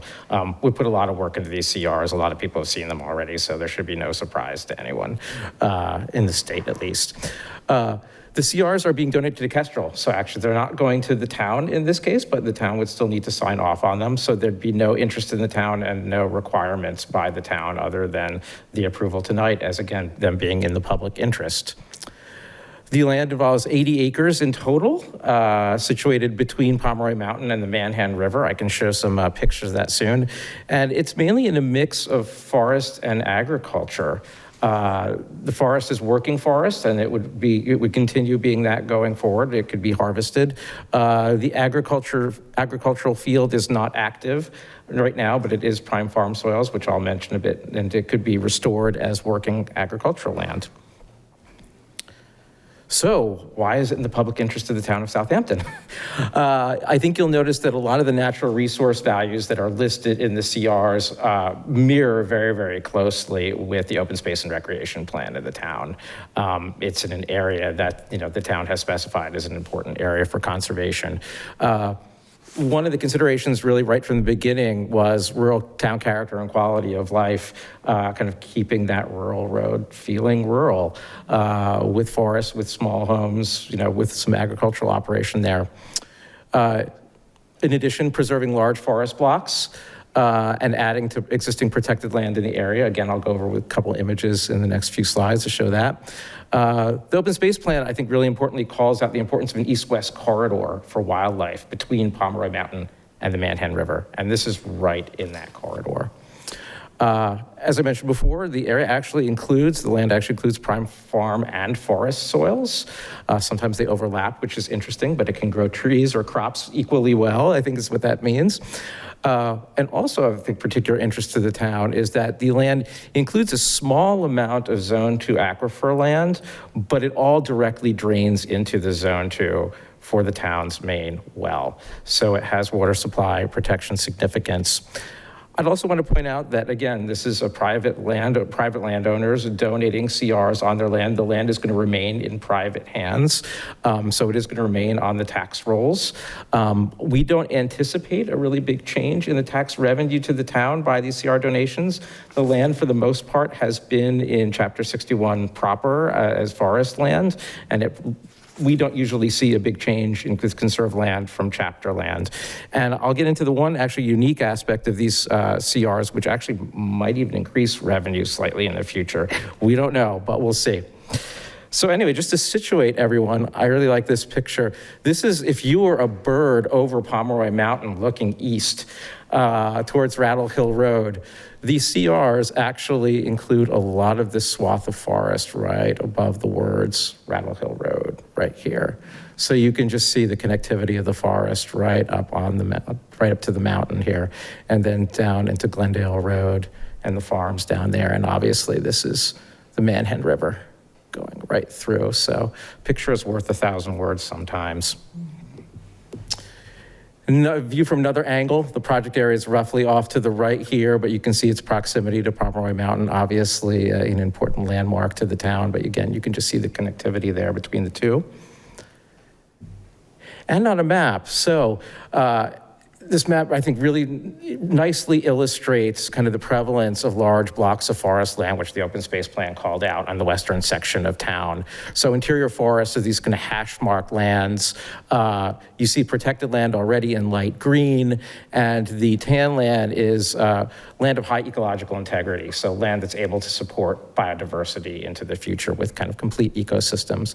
So this is, as you can see, the area of the project is just a little bit of an extension. It falls into that CAPS ecological integrity range, but you could also see, I think honestly, what kind of carves it off is the road being there from it being a large forest block. I don't know how they kind of map it, but the forest goes right out. So again, right in the area that the town called out in the open space plan, and that Kestrel obviously finds important for landscape scale forest protection. A little bit of a close-up of the land here. This includes both CR lands. This has some old lines on it, but you have to know, but the Madsen CR will basically be here. The house has already been carved out, which is right here, but you can see it's primarily forest. It has agricultural land with prime forest soils right here. The original farmland actually went back to this back boundary. There's a stone wall back there. And the CR actually allows the land to be cleared, to be brought back into agriculture, back to that original historical boundary. But the rest of the Madsen CR would remain in forest. And then the Gilmore CR includes all this, including this little leg. And this would all remain in forest, working woodland if the landowners so choose to harvest timber in the future. But I think this is also a great illustration here. You can see the proximity to Pomeroy Mountain right up here, but also to other conserved land. And uniting conserved land together just increases the importance of it and increases the function of it. And you can see the Waters Department protected land down here. And you can see kind of how it connects right through. The Clearwater Conservation Area is to the north, as well as Glendale Road up there. So you can see there's more conserved land to the north here. Just to illustrate again the water supply protection value. So the zone 2 comes right up and nicks the edge, so not much, but it does include down here. More importantly, I think you can see kind of the drainage of this. It drains this large area down right into the zone 2 recharge area, and you can see one of the small streams. This is the headwaters kind of recharging this area from this particular region of town. One of the interesting things that I mentioned, which is a little different and unique about this CR, which I was talking about the tax rolls and possibly the revenue could even go up. While the house has obviously been carved off, which is right here in the middle, Christina Madsen has actually asked that her wood shop be included in the CR, which is really interesting. And this speaks to how CRs really try and respond to what the individual private landowners' wishes are. Christina saw a connection between a working woodland and a wood shop. She always wanted those to be associated with each other. So basically, we've carved out a special use area of the CR to allow the wood shop. It does not preclude really anything from happening inside the wood shop in the future, even if someone tried to turn it into a single family home and move into it. Christina has actually mentioned the possibility of maybe retiring to it eventually. The CR would not preclude that. They'd obviously have to go through the town for whatever permitting would be required, but the CR would not preclude it.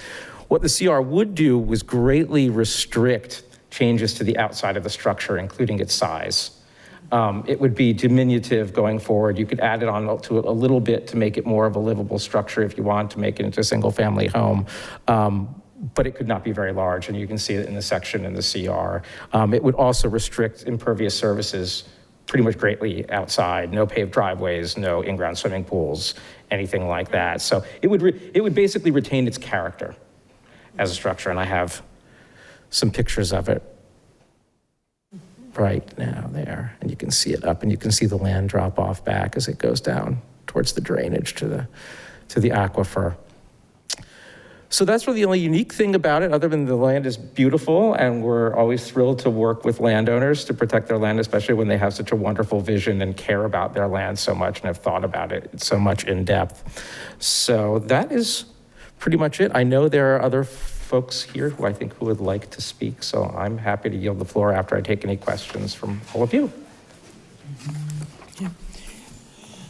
Maybe just talk a little bit in terms of the accessibility about it for townspeople. I mean, given that it's remaining in private hands, what does that mean for anybody in town? Right now, it's going to be at the permission of the landowners, certainly. Yeah, there's no requirement for public access by the CRs. I know, the family has let occasionally people on, but right now that arrangement's gonna continue forward. Could change with future landowners. Again, the CR doesn't preclude public access by any stretch. It allows, passive recreation. So it's gonna be up to Christina, Andrea, and then whoever owns the land after they do to decide. Okay. Yeah, Okay.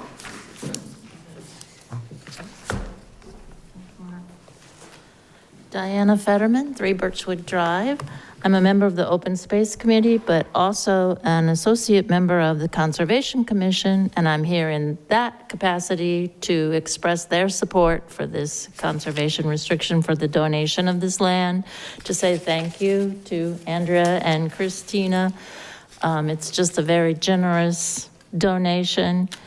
All of the values that Mark iterated, the Conservation Commission agrees with. The open space protection, water protection, as we know, is increasingly critical. We listened to that huge presentation earlier, and we know about the drought, and we know all of the issues that the town is facing with water. So anything we can do to protect the aquifer and the recharge area, I think, is crucial.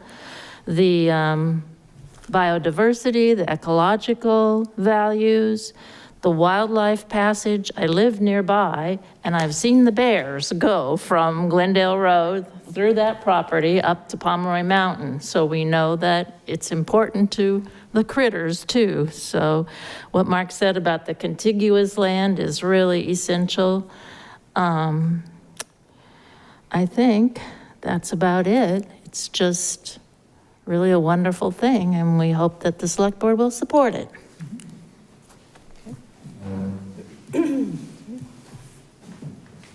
Thank you. Cindy Palmer, 71 Glendale Road. I'm the chairperson of the Open Space Committee. I will say that the Open Space Committee kind of didn't get on an agenda to do a formal vote to say that we support this. However, as is noted in our charge, we definitely identify, and this charge came from the select board, that the Open Space Committee is charged with seeing conservation of land, and for the current residents as well as future residents, whether it's agricultural, whether it's forest management, whether it's just the beauty of woodlands and water protection, ecological value, critters.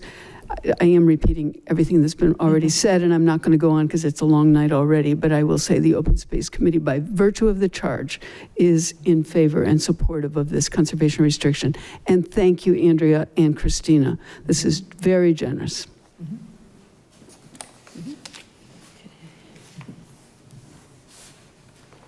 Thank you very much. I'm sorry Christina is not here this evening. She is on a well-deserved vacation. And so I have the luxury of coming before you to ask for your acceptance of this conservation restriction. But I do certainly want to acknowledge all the time that Christina has put into this, because I have done a fraction of the work that she has done.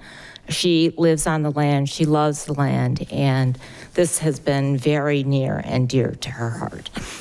But I would say it also goes back to our parents. My father came home from the Second World War, and he and my mother bought this land for a small amount of money, but they literally spent their entire life loving, living, and caring for this property. And so it's the fitting thing to do for them, and hopefully for the town of Southampton, because if our generation will accept the sacrifices that our parents made to preserve the quality of the town and really the luxury that we had living here as kids, growing up with open space, safety, freedom, fresh air, there's nothing more that I think you can offer to a community and to a family or anyone who has the opportunity to live in Western Massachusetts. So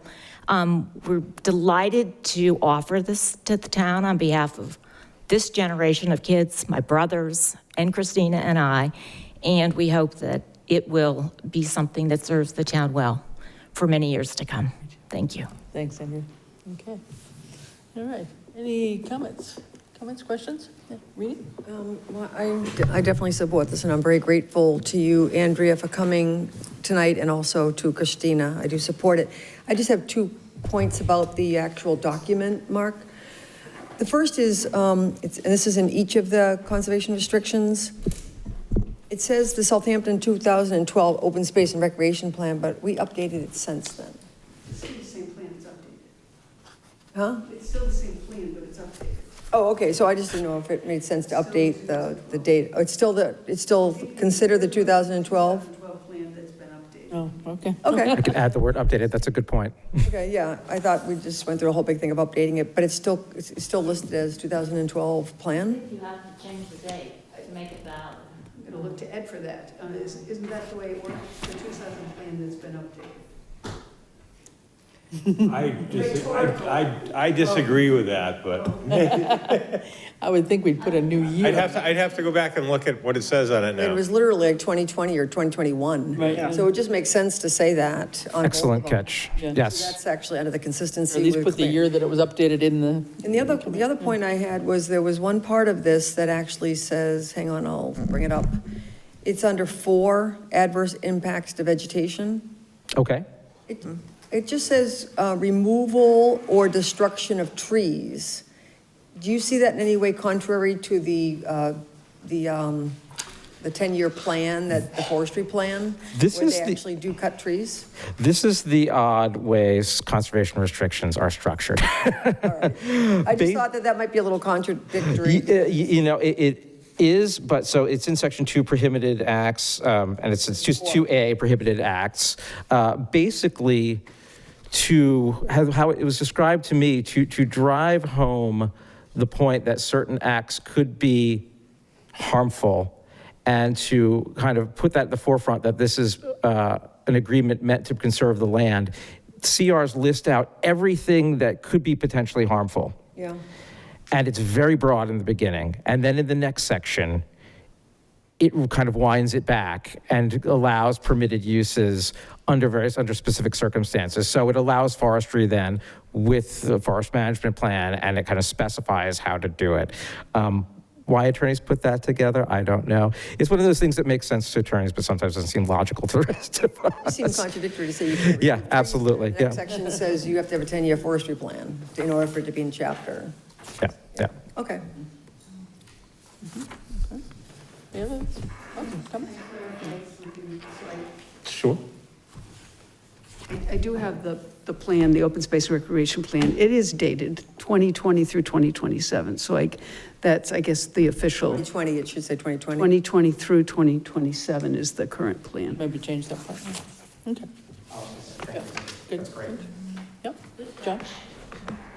No, I don't have a question. I make a motion to approve the conservation restrictions, 2 of them.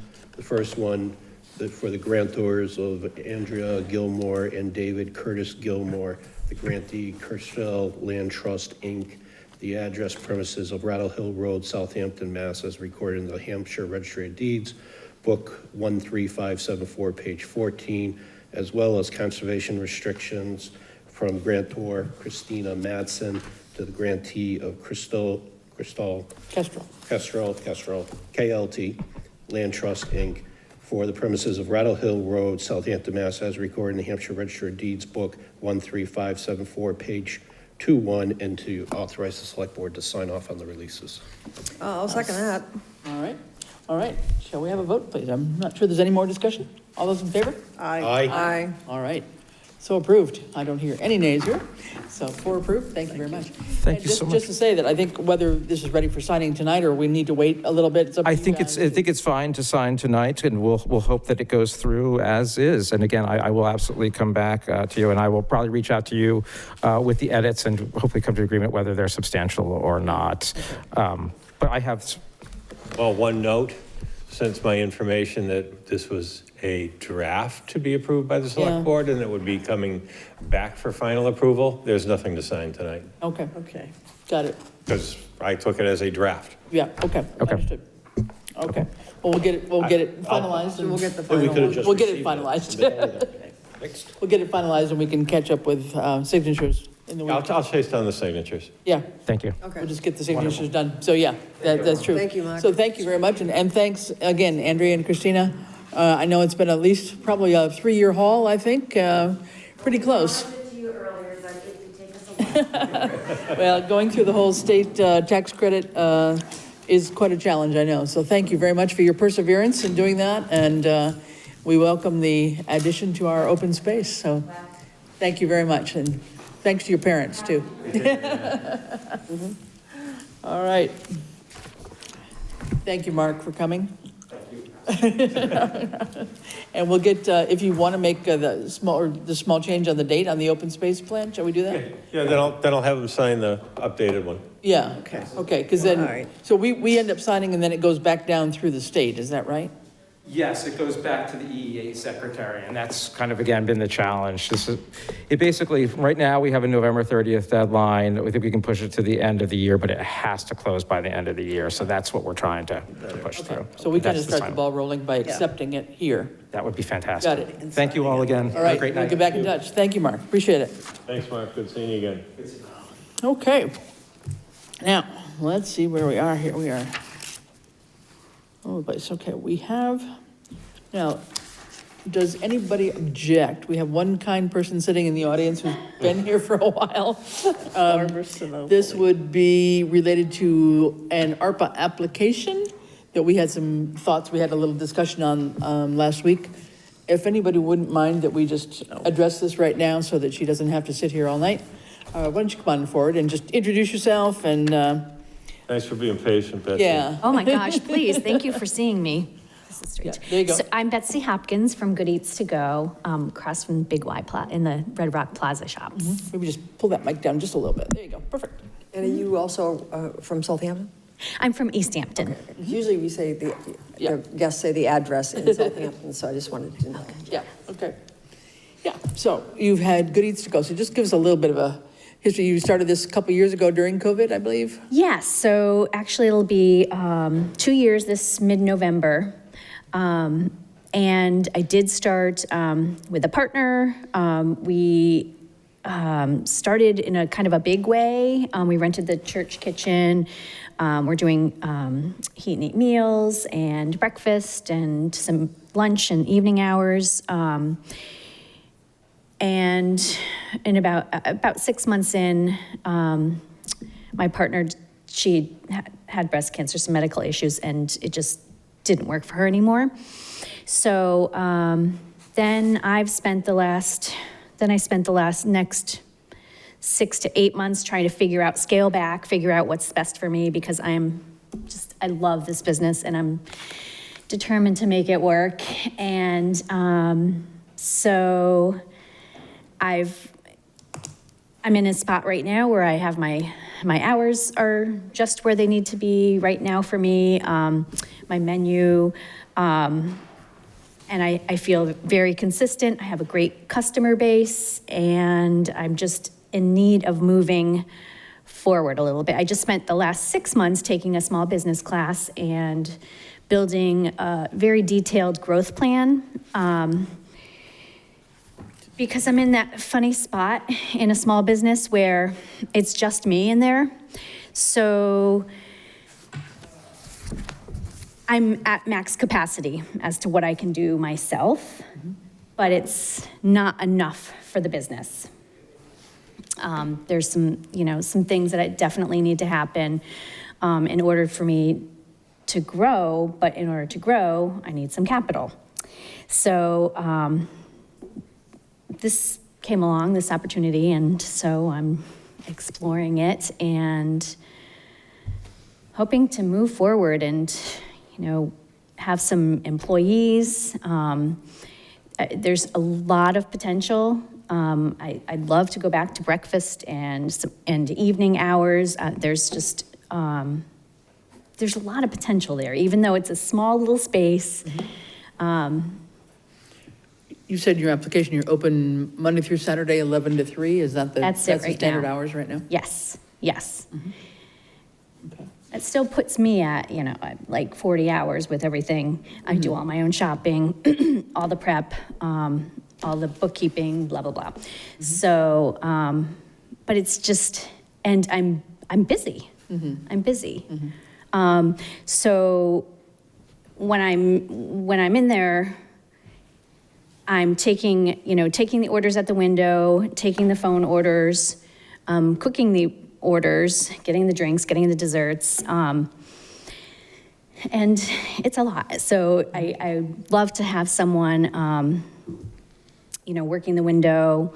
I had my mom for a little while helping me out, but it was too much for her. Yeah, so I'd love to expand my hours. And there's some equipment I need. Right now I'm like, I know, I could just talk about this business forever. So just interrupt me with your questions, or I could keep talking. Go ahead, a little bit. You started to say about equipment. So, like, for example, I'm really in need of a sandwich prep station. Everything's in the refrigerator. So with this business, it's all about, like, it's a drive-through. I need to be fast. And so everything needs to be prepped. And even just, I get an order, I have to go into the refrigerator, grab out what I need, get it all out of the packaging. That is time consuming, even though it might be a minute. It's still a lot of time. And if I had the sandwich prep station, it has all of the bins and it's refrigerated and it has a refrigerator underneath. Space is a definite issue for me. This would make my space and my work area a lot more efficient. So things like that. I need a website. People still don't know I'm there. And that's an issue. So, but then again, if it's just me, I can't really take on a whole lot more customers by myself. Do you know what I mean? I'm in this like tricky spot right now. So in general, you found the location to be relatively good? I mean, I think when we all saw this container essentially in the parking lot, we were very confused as to what it was going to be. And then I think somebody else had started something in there first, the coffee place. Yes, I think it was started a little in. coffee shop. And then that didn't last too long. And then you moved in, I believe. So yes, I love it. It's a great little space. It's taken me a while to get the space in a good working order for me. It's small. And so space is definitely challenging. Yeah. But it's a great location. I've done as part of the class, just like just counting the cars, standing out there and counting the cars and figuring out, and if I could just capture 3% of the cars that go by, but people are going so fast, they don't really see me or they don't notice. Or I have people almost every week saying, oh, I didn't even see you here. I drive by every day. So, I need some good signs to put out, something to capture people's attention. So this is a real full-time business for you in terms of you're planning on hanging in there with a 3-year, 5-year business plan or something like that? Yes. Yes. Okay. If I can find the capital. So like, I know it's your business and clearly I hear your passion for it, but you applied for funding to mitigate impact of COVID. So could you at least give us a couple sentences on, what I'm hearing, you're gonna use this money, if awarded, to help brand you and to drive more traffic in, more clients in from today forward, which is after the state of emergency. So in order to qualify for these funds, you have to give us something that says, because of the state of emergency during the pandemic, this is what happened and this is how I was financially impacted. Oh, okay. So we need, and then the chair can take it from there, but Mm-hmm. there's got to be something in the record. Okay. Does that make sense? No, not really. So you're interested in hearing how I guess COVID impacted the business? I guess in order to clarify, in order to get access to these funds, Right. there are certain Absolutely. reasons for it. One of the reasons which we believe you applied for is because during the period of the state of emergency in Massachusetts, you were negatively impacted by COVID. And it could be as simple as you were forced to close, right? And you weren't in business for a period of time long enough to qualify for the SBA PPP money. Right. And I didn't have the. Right, but you didn't say any of the that today employees. for the record. That's what I'm saying. Okay. Yeah, so that's the kind of thing, because these funds are tied as a result of the pandemic. So the American Rescue Plan is intended to address issues related to the COVID pandemic. So one of these categories is the negative economic impact for small businesses. So you do fit in that general pool, and you've provided us lots of information about, your pro formas and your financial situation and so forth. So all of that is great. You've provided a lot of supporting documentation. I think we want to hear a little bit more, and it doesn't have to be tonight, but maybe one more piece of information tying in with what John said about what happened during COVID. I mean, I know at some point in time you had reduced hours, you were helping out during COVID time, I think prepared meals for the senior center, things like that I know were happening, but then your actual hours open were maybe different. So I think just talking about how COVID, you kind of came in at the beginning of COVID or thereabouts. Yes. And what happened kind of thing. So I think that's the thing that we probably would want to have a little bit more information on. Okay, I can do Look at that. the first page of the application. It talks about the first page of the ARP application, it talks about the categories of eligibility and a little bit of background, but I think matching some of what's written there with your experience would be really helpful. Okay, Yeah. so if I write up like a one-page impact statement. If you And could send us some demonstrate data. any loss that you had, okay? Yeah. That would support the. That would just strengthen what you're saying here and make it tie in more clearly, I think, with Okay. the rationale for the use of these funds in particular. Absolutely. So does that work? Yeah, That's what you're fine. looking for? So yeah, no, I mean, we'd love to have you stay in town. We appreciate the small businesses in town and, glad to have you there. And you're certainly one of the more unique ones in terms of having your location where you are and Right. having that structure there. So, yeah, I think I would just ask that maybe we'll meet again on the 25th and we'll take up discussion again on the ARPA funds.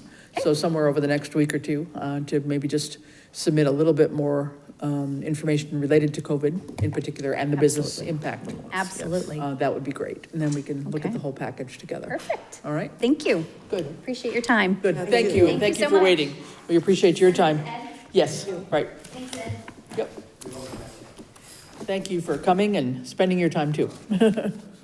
Okay? All right, let's go back to the beginning here. I think we'll go back to Town Administrator Report. Ed, you want to run through quickly here what you got? Sure. Let's see. Just to let you know, the electrical contractor was here at Town Hall last Friday and moved a number of the electrical circuits, including the server room circuits, over to be included on the emergency generator.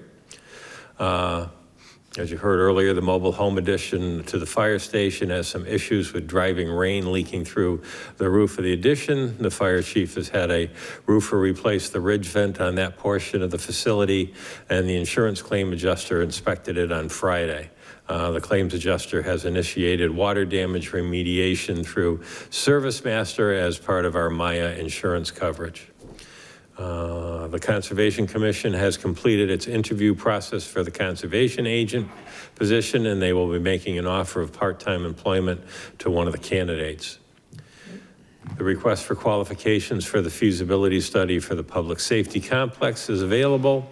There already has been 19 requests from firms to receive the RFQ documents. The request for proposals for the annual independent audit services is also available. We have received 6 requests from firms to receive these documents to date. Chief Illingsworth, Randall Kemp, and myself met with representatives of the Easthampton Police Department last week in regards to the number of vehicular trips in a day and speeding issues on Line Street in order to hopefully find a common solution to slowing down traffic in that area. Line Street is split down the middle between the city of Easthampton and the town of Southampton. So any recommended solutions to be implemented will need to be approved by both communities. The contractor for the Manhan Meadow Sanctuary Trail reconstruction work of the started the trail work last week and should be finished with it before the end of this week. One note,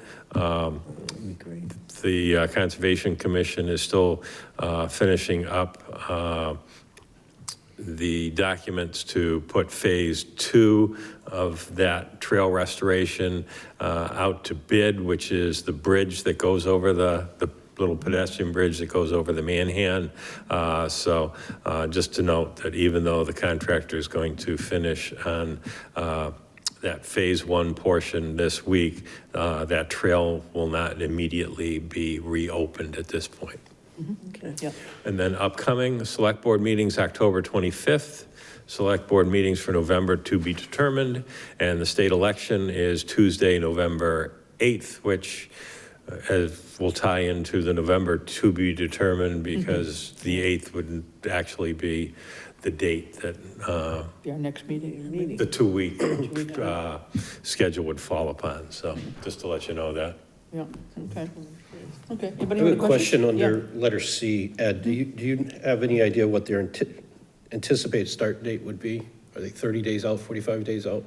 Are they thinking? As soon as possible. They, number one, have to make the offer and see if the individual says yes, and then they will have to follow up with that. I'm going to say RFP, and that's not right. PCF, excuse me, to go through the PPPB and select board for approval to get that. So potentially 30 days. Yeah, I know the individual that they would like to hire is willing to start in as little as 2 weeks, but I realize that it'll probably be longer than that to make everything fall into place and happen, so. When does PQB meet again? 48-hour notice, we can hold a meeting. Okay. Yeah, all right. Thank you for offering that, it's appreciated. Yeah, okay. Because I will be away for the next scheduled one. And I am too. I'm out of town on the 24th and 5th. 25th and 6th, I'm sorry. Of October. October. The 25th. Okay. Okay, so any other, if no other questions on the report, let's talk about next meetings then, because we do have select board meeting on the 25th. I'm hearing 2 people are not in town? I'm sorry, I was referring to PPP's next regular meeting. okay. On the I'm 20th. sorry. I will be away for that. Okay. So October 25th, everybody, Francine, Yes. John, you're here? Yep. Yeah. Rita, you're not here? Correct. Okay, but hopefully Joy will be here and I will be here. So the 25th will hold. How about now November? Because normally the 8th would be our meeting, but that's election night. Do we want to hop it to the 15th and the 29th? Or do you want to change, is it Or change bad the to date. change the night from, Yeah, to the Wednesday or Thursday? Change it to a Wednesday, the 9th maybe, or that would work. how does that work with And anybody? then we could go back then to And the, keep it to to the the 22nd. keep Right, us I on mean, that would be schedule. right before Thanksgiving. Thanksgiving. Right, yeah. What's anybody think? Move it to the 9th as an off-day meeting on a Wednesday, Okay. November 9th? Yeah, that would work for me. And then jump back to our regular 2-week schedule to the 22nd. Does that work for everybody? Yeah. All right, I'm seeing nods and yeses, so I Yes, think let's go I'm with that. fine. So November 9th, Wednesday? And the only thing I will have to check on is if that's a planning board meeting night, and if it is, might have to meet upstairs in the second floor meeting room, but, I think it's local school committee. It's the second Wednesday. That's okay. Well, you're going to be in 2 places then. It's not going to work. Is it better to do it on Thursday? What time is your meeting though? Usually 5 or 6. 6? Yeah. Oh, okay. Well, let's think about that. Wait a minute. We have time, I mean, Austin can always chair that meeting. But if we have maybe 3 meetings, if we've got planned school and select board, we're in trouble, right? Well, school meets at school. No. I mean, here, Oh, they do it, yeah, right. We broadcast for the benefit of the citizens of Yeah. Southampton. and planning board usually A lot does of too. people ask for it, so that's I good. think if So maybe planning we board's should- the first and third or the second. There's nothing posted yet online for Yeah. the 9th. That doesn't mean they aren't planned. Should we try maybe the Thursday instead You of? want to go to the 10th, and then The- at least John doesn't have the conflict. Yeah. How does the do that. 10th work for everybody? Does that work? That's Veterans Day, isn't Go it? to the, The 11th is Veterans. Day. Oh, the 11th is? 11th? But the 10th is the Abacus is meeting with the seniors, but it's earlier in the afternoon, it's at 3. yeah. So November 10th That'd be okay? 6 Yeah. o'clock on the 10th? Sure. and November 22nd. Okay, let's do that, and then we'll avoid any potential things for the 9th, just in case. So November 10 and November 22. Right. Okay, very good. Thank you for that. All right, thanks. All right, if no other comments, questions on Ed's report? Couple of quick select board reports. Anything happening, John, on your end that you'd like to tell us No, about? PPP hasn't met, Capital didn't meet, Finance did meet, but I was away and unable to attend theirs, but I believe they went through the routine things of approving the PRFs that were through. In I already updated everyone in Greenway. Right. And Greenway we just appointed a new person for their committee, right? So hopefully Right, they so will They should have a quorum now. have fewer problems having a quorum. Okay, good. All right, Francine? Okay, just quick. Yeah. The Board of Health met on October 3rd, and the focus of the meeting was dealing with the vacant position of the health agent. And in the interim, they've hired a consultant. And in his first couple of weeks at work, he produced a document that showed that he did somewhere around 15 in either septic or Title V inspections in that amount of time. And I know the demand is up. It may go down a little bit once the weather changes and perhaps there's little less construction and the real estate market changes. But he's been a pretty active person in that amount of time. And so with that and maintaining, the level of productivity to meet the needs of the residents and the developers, they're not going to have sufficient funds to keep him on board while this vacancy remains. And right now, the projection that they're going to find someone pretty quickly is not very likely. So they made a decision that they wanted to apply for ARPA funds that would support the consultant for a 6-month period or up to a 6-month period. But if they find a replacement in the interim, of course, that's what would happen. But with that ARPA request would come in at about $15,000. So. And they've depleted the money that they have available in their expense line? Not quite, but they will. I mean, they're very close. They've already spent 50% of the money that they had for that position in this amount of time. So. This probably isn't the forum, but how does that qualify for ARPA money?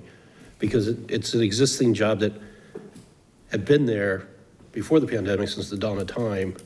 And that particular job, as far as I know, the duties haven't changed. Well, I would look at it a little bit like. Or are we just trying to find a infrastructure. funding source? Well, we've got to go back and look at public health issues, I think, under the ARPA that may Right. qualify for, they were pretty broad under the final rule on other public health related things, so septic inspections and so forth may In qualify. Title V. Okay, I don't know. Well, please remember, we took the funds as loss of revenue. So they should be able to be used for any budget use. Well, correct, but I'll wait for it to come before here, but to my knowledge, that line item went up 2.5%, just like everything else. So, their funding source wasn't lost. And if the workload didn't adjust, and it's merely a fact that we're being forced to compensate at a higher rate because we didn't adequately fund the town employee, and now we're dealing with a 1099 contractor, that's fine, but let's just get it out there and call it what it is. Not try to say, well, now we have to do extra septic inspections because that's not true. No, I'm saying. I don't think Francine said that. I didn't say that. I'm saying in order to keep. I'm sorry, I was using that as an example. I'm saying, I was very surprised at the volume of work in a relatively short period of time, which shows the demand for the services of a health agent. Right now, we don't have. And we have to, in order for that department to continue to meet the needs of the residents and the businesses in this town, we have to do the next best thing that we can do in the absence of an employee is use a consultant. And these same rates that we're being charged are the same rates that are being charged in other towns and cities. Right, and I agree with all that, Francine. I know guess it's where more, my question comes in, it sounds like this probably isn't a 10-hour biweekly position, which if memory serves me is what the budget was. Right. Because we have grown. Well, and we no, have grown by there's, population, so therefore should there be more hours? well, the way the allocated? contract is structured, this is a 2-hour minimum. Which is typical for a Right. consultant. Right. So if it may not take, in all instances, 2 hours. Sometimes it may take more. Right. But I don't have the data that speaks to how long it took when we had a part-time employee. but I don't think- have those but I reports to think compare it. If your point, if I'm hearing it, John, was that the former health agent, that Worked 10 PCF hours. or whatever was at 10 10 hours a hours. week or Bi-weekly. something. Right. Bi-weekly or whatever it was. Right. So that may have been an underestimation anyway, that ought to have been maybe. And perhaps that person was changed. being strained, having to do more, but only getting compensated for that. Right, right. And so I'm just saying, this is an opportunity to really dig to the root Yeah. of the underlying issue. And if it's ARPA because that's our pot of money that we have to go to, okay, but let's not lose sight of, that money's gonna run out. And if this really needs to be a 20-hour position or whatever it needs to be, I'm not suggesting that. But, where are, and then to Francine's point about the 2-hour minimum, if this was an employee and I don't know what the numbers are, but I think Sure. it's something that should be explored. Okay. I don't doubt the need for health agent. I think the health agent job description had two requirements. One is that they be a soil evaluator, and the other that be serve safe. I know that Geraldine Swanson has serve safe. I don't know what it would require to actually be certified as a soil evaluator, but I do know that this is very precedent setting, and I agree with John, and we have to be very careful. It's, ARPA's not a slush fund. It's not a fill in the blanks for departments. And I'm very concerned about, would the Board of Assessors come and say they need additional funds because they don't have a principal assessor? The Board of Assessors is actually doing a lot of work in the assessor's office. Would the accountant assistant not having an assistant put in for ARPA money because they've had a gap in the assistant accountant? I just think that it's very precedent setting, and I just don't want us to consider ARPA to be something that it shouldn't be. Okay. Understood. But I think we do have a situation with a health agent where we need to figure out where we can come up with some funds for that. Right. Well, I also was included in an email from the chair, and I suggested, have we checked with Westfield? Have we checked with Westhampton? Have we checked with Easthampton?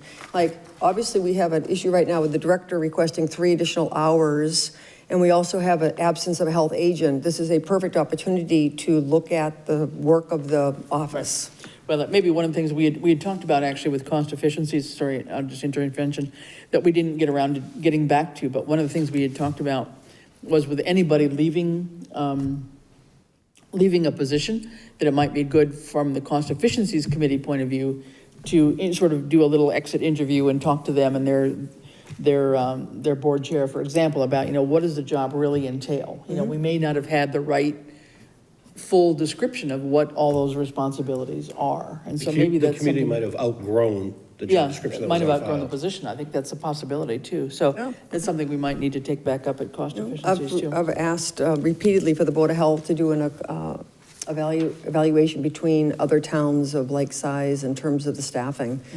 And unfortunately, I don't think that I've ever seen anything. No. Okay. No, Francine, I go ahead. believe, anyway, just to answer your question, I believe they've been in touch with other towns. Yeah. And most of them are in a very similar situation as we are. There just is not an incoming group of health Can we hear agents. data about that? Can we hear Well, data? See, that's the problem.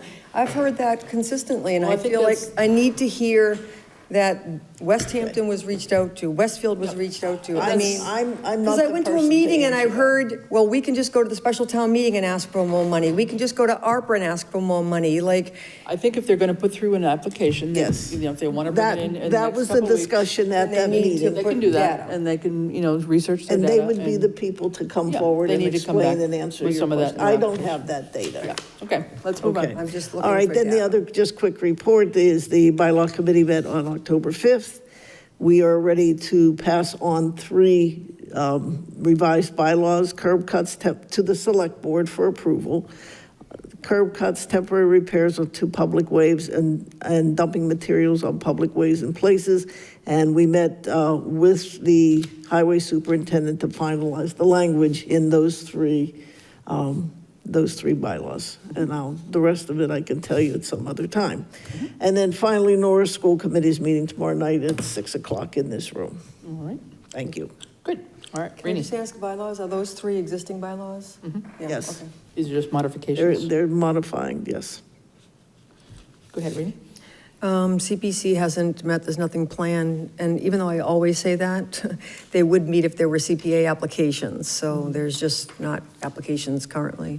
The Board of Assessors met on Tuesday, October 4th. They do have a candidate, it's on the agenda for tonight, for the Board of Assessors, someone with a lot of experience in working with titles. They're hoping to fill the PA position. In the meantime, Dave Zagorski continues up to 15 hours per week. In a temporary basis. The board is very much a working board and helping to cover the work of the office. They're reviewing exemptions for seniors, veterans. They're also reviewing lands and chapter status, and they continue to work on a checklist for departments to sign off on in terms of when some lands are taken out of chapter. Their next meeting, I didn't get a confirmation from the members. It's either the 18th or the 25th. They usually meet every 2 weeks, but they mentioned the 25th. Council on Aging met on last Wednesday. They have interviewed a couple of candidates for the volunteer coordinator. There's a subgroup meeting to discuss ideas for spending of the $50,000 ARPA funds, and they'll report back to the COA board. Those are the ARPA funds from John Vilas, right? From the state, correct. Yep. That's not our ARPA funds. Right. Several programs and trips are in full swing. The October newsletter is being mailed out to seniors. Just a reminder to everybody that we do have funding from Highland Valley for a memory cafe, and so please spread the word. It's a program for individuals and caregivers. It includes lunch and generally entertainment for anyone, any identified individual who is dealing with memory issues, which is most of us over age 60. The board is beginning to discuss a strategic plan, given anticipated growth of the number of seniors in town and a new center. Their next meeting is 11/2, the first Wednesday of the month at 4 p.m. via Zoom. The Public Safety Building Committee, as Ed said, the RFQ is out, several responses by now, a record number of responses. It's going to be an interesting screening process. The next meeting is Monday, October 17th, which is next Monday at 4:30. We have a guest, Williamsburg Public Safety Committee representative is coming and talking about their process. If you remember correctly, they got a large amount of funding from the state. And then on Wednesday of next week, there's a site visit to Granby, as Chief Workman mentioned, for us to tour the site. And then the COA Building Feasibility Committee, we had a meeting last Thursday, a second meeting with Abacus Architects and Planners.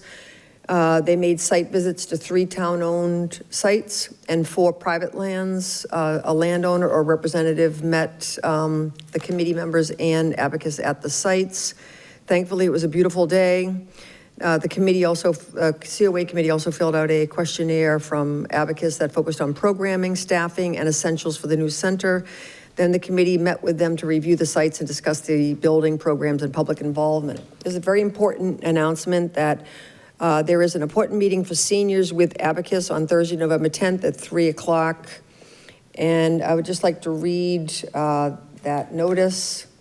And I would encourage everybody that's 60 and older to come to this meeting. Please join us on November 10th at 3 o'clock to share your thoughts and opinions on what programs you would like to see in a future senior center, what should stay, what should go, what should be added, and meet people from Abacus Architects and Planners, They've been hired by the Ad hoc Senior Center Feasibility Committee and the Select Board to provide your thoughts on what you would like to see in a new program. So this is your opportunity to come and share that information. Where's it going to be? It's at the Senior Center on November 10th at 3 p.m. Okay, very good. All right, is that it?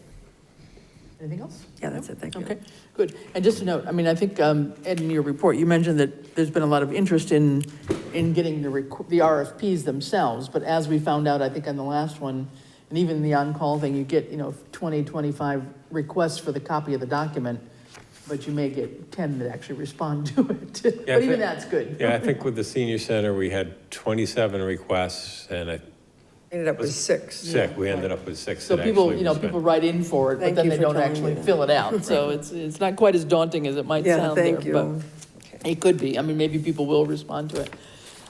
Just very briefly from the grant committee, we're still waiting on hearing anything from the Mass Trails program for the other $200,000 grant that we had applied for. Not seeing anything on their website, although November's kind of a time when they update their website and start a new round of approvals, so I'm hoping that we'll hear something pretty soon. The school safety project that we were talking about with Chief Illingsworth, this is the Safe Routes to School program, the Signs and Lines program.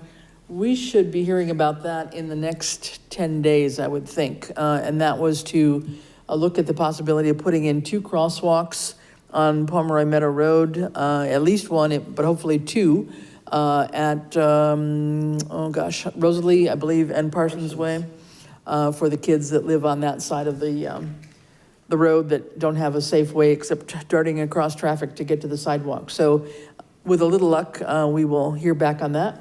And one that I can finally announce, the Federal Emergency Management Agency, FEMA, has approved our hazard mitigation grant program update plan. So this is just the update, just to get the update started. So this is a grant. So $27,000. Excellent. Has been approved. It's a FEMA reimbursement, up to 90% of approved allowable costs. And it's a reimbursable grant program, so expenses have to be incurred and, paid prior to being reimbursed. And they've, got this long list of, we had tried to make this a pretty quick thing because we didn't think it needed as long as they wanted, but they've actually made this a 2-year grant, which seems quite lengthy to me, but we shall see. So there are some documents out there for Ed and perhaps myself to sign. So we'll get that back off. So that they would not be looking to actually have I think from their timeline of actually having us have a contractor on board to help us go through the existing hazard mitigation plan and do that update until the beginning of the year. So we've got 2 or 3 months to, think about who we would have as a entity to help us go through that plan and organize whatever we need for, department meetings and community outreach and so forth.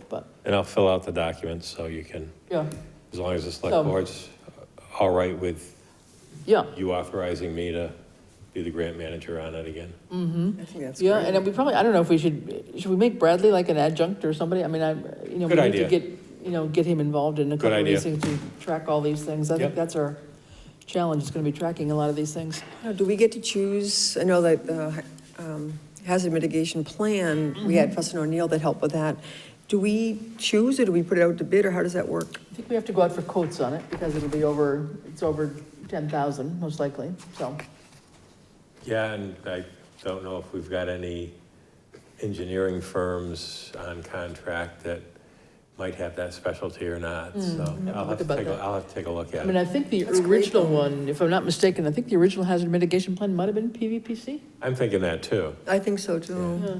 But, we can take a look at that. We can take a look at Ryan. That's great. Yeah, so at least, I mean, that's when we applied for in January, so it's like, And isn't ours like expiring at the end of this year? It expired. It expired. So are we fine though? We're fine. No, they said as long as, we had the application in process, it's okay. And certainly they're working with us, but it's like the slow wheels of the federal government in this case. I mean, it went through mass emergency management, but it's ultimately FEMA money, so it's ultimately federal money. I'll check with the Collins Center also. Right, so we'll see. Okay, good, let's go back on, we have one appointment. We have an appointment to the Board of Assessors, a Barbara Sinopoli, I believe. On 1 Glendale Woods Drive, we have the application, plus she put in a cover letter. But essentially, she's been working as a real estate title examiner for 34 years, spent time as a real estate paralegal, has been a sheep farmer in Haydenville for 25 years, and had her own farm put under Chapter 61A, so she's familiar with that. And she's relatively new to town, I believe, and is stepping up. So again, this is another relative newcomer to town, like the last couple that we've seen that are stepping up to join committees and/or boards, which is just wonderful. So she does have a pretty lengthy letter, which she talked about in more detail. So we really appreciate people not only filling out this application, but giving us a little bit more of their background. And I could put my fingers on it at the moment, but She came to the, Have it handy? yeah, it's right here. Yeah, okay. She came to the last Board of Assessors meeting, was already helpful with, obviously she didn't vote, but she was Right. very Yeah. knowledgeable Her about background it. is very Right, good. so pretty much what I said. So she Yeah. spent most of her time in Haydenville. She's been involved in a variety of volunteer activities in the Florence area and in Haydenville. She loves Southampton and plans to live out her time here. So she's joined her kids, graduated from Hampshire Regional, and so this is her retirement home. So thank you for stepping up. I'll make a motion to approve Barbara Sinopoli, application to be on the Board of Assessors. Okay. Could I have a Term to expire, yeah, May 16th, 2023. It goes only until the next election. yeah. Second. Okay. All those in favor? Aye. Aye. Yep. So this goes to the election, and she would have to run for office Again, yes. in May. Okay. All right, moving on to new business again. We're back to the state election warrant for November 8th. Motion to approve the warrant for 2022 state elections as presented. I'll second that. All right. Any discussion? Okay. Just to say, we've got obviously many positions to vote for. There are also 4 ballot questions.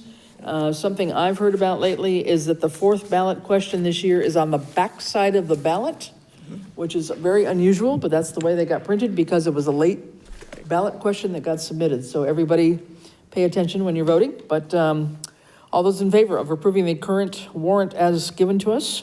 Aye. Aye. Aye. All right. All have approved. All in favor. Okay, so the warrant for the November 8th election, and I believe early voting, keep your eyes on that. I think Lucy has already mentioned that. It starts, I believe, on October 22nd is the early in-person voting. Yes. It's starting pretty soon. So get yourself informed and be sure to get out and vote. Okay, next we have the fraud risk assessment policy, second reading, and we need a vote on this. Motion to approve the fraud risk assessment policy, first read August 2nd, 2022, this being the second reading. Okay, I'll second that. all right. We have Ed, do you have anything to say about that? Is this anything else you wanted to mention about it first? No, I made the edits, amendments that the select board asked from the first reading. Okay. To it, so. All right, then we have a motion and a second. All those in favor? Aye. I'm sorry. I just wonder, I guess I still don't feel like it reads as well as I would have wanted it to. And I think that, I think one of the most difficult things for me on the select board is hearing things secondhand. So I really do appreciate, Ed, when you let us know about things. It's almost never a problem because you do let us know if there's any, weather incident or whatever. But it just seems like, if you look on the second page in the very beginning, second page? Wait a minute. Yeah, it's actually the third page. It is determined that the corrective action may be provided for internally within the department. It just says, several different instances. It says, upon conclusion of the investigation, the results will be reported to the select board. All significant findings will be reported to the chair of the select board. Then it says, where there are reasonable grounds to believe that a fraud may have occurred, the town administrator may report the incident to the appropriate authorities in addition to the chair of the select board. So anyway, it just seems like, I think we're trying to include us, but I just think that it could be like worded a little bit differently. And then under investigation, the town administrator will notify the select board. Anyway, if you want to go ahead and approve it, go ahead. Do you want it broader than the chair? Is that what you're saying? No, or- not at all. I just Okay. want, it just didn't feel like it just didn't feel like it read as smoothly as I think that it could have in terms of, I still think that this still leaves it to the employee. So it says it may be appropriate for the employee to report suspected incidences of fraud or directly to the chief of police.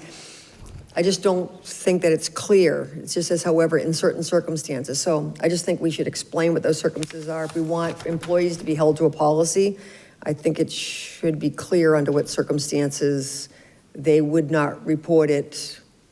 Well, I think it refers to the sentence right above. So in cases where the employee or official has reason to believe that the town administrator may be involved, then the chair should be immediately notified.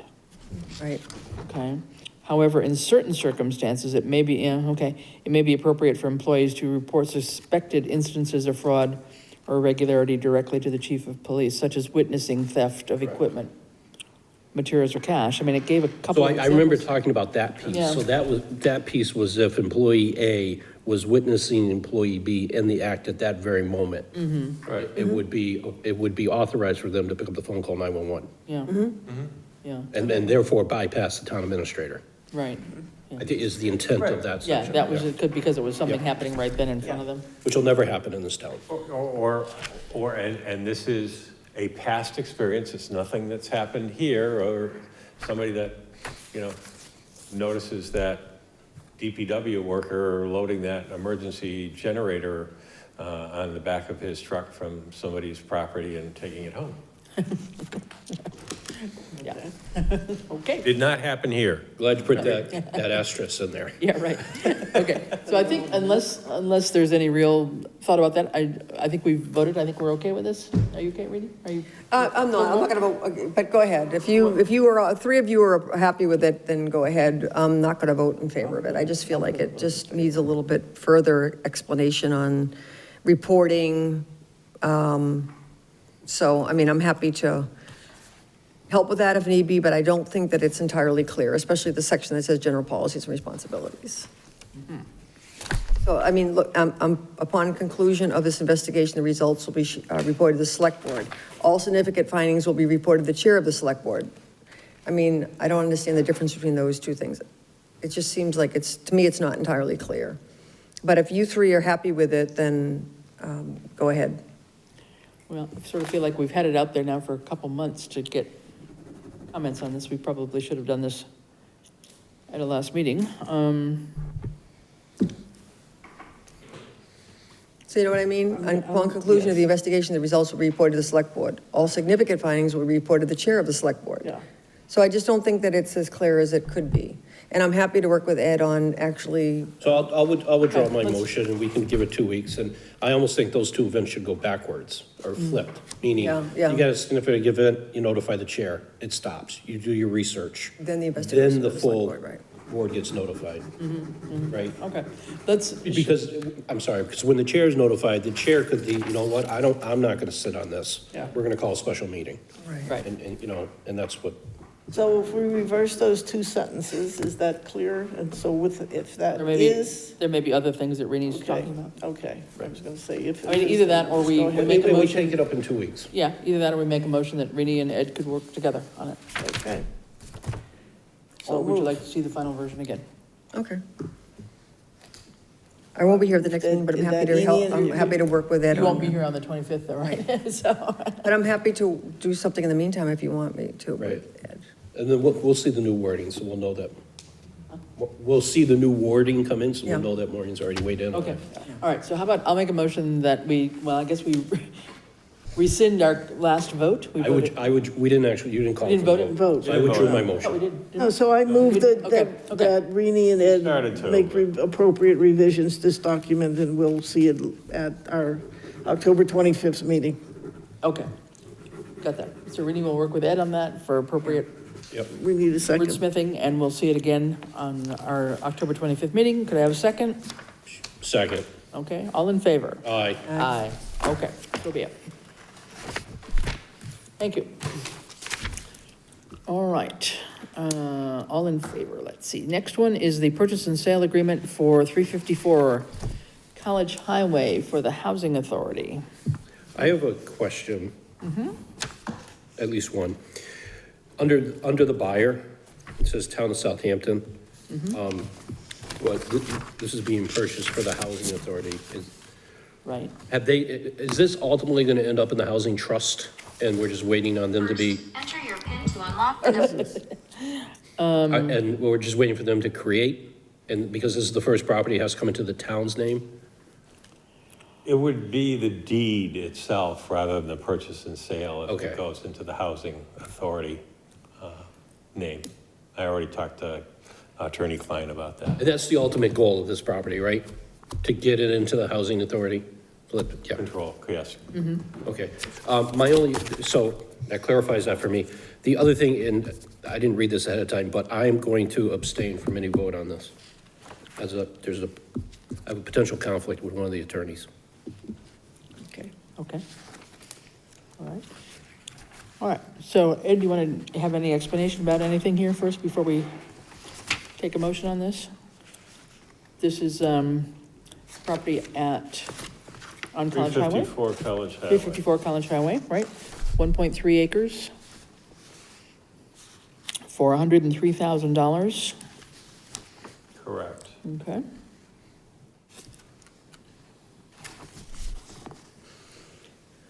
Can I ask a question? Sure.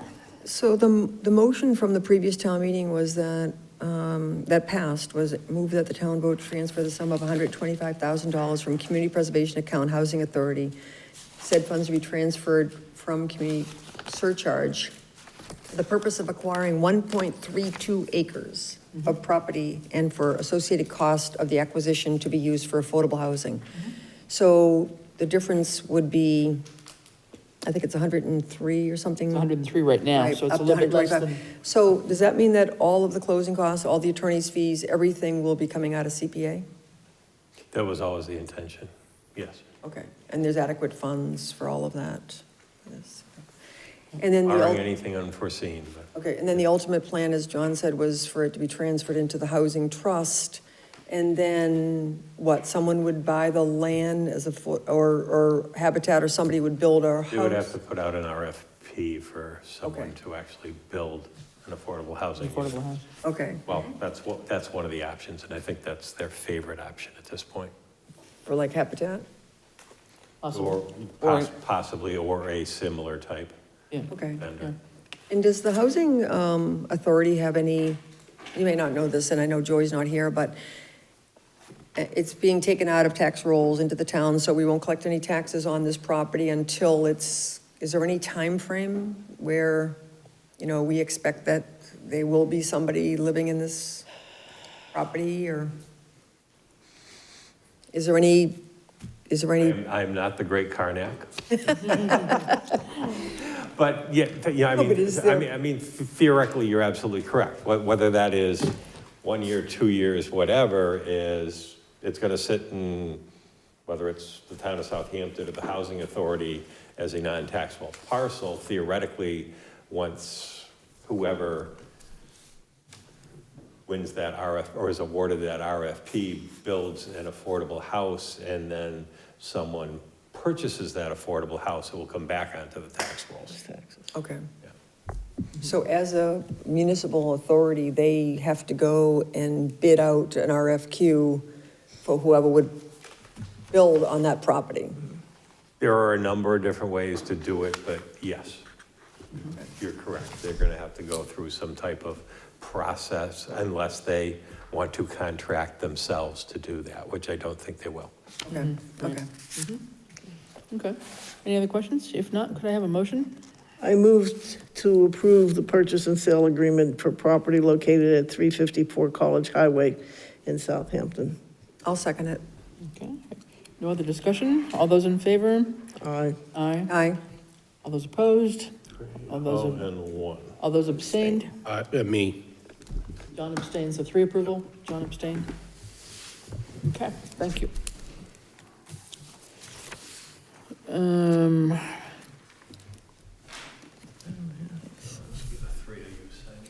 Okay.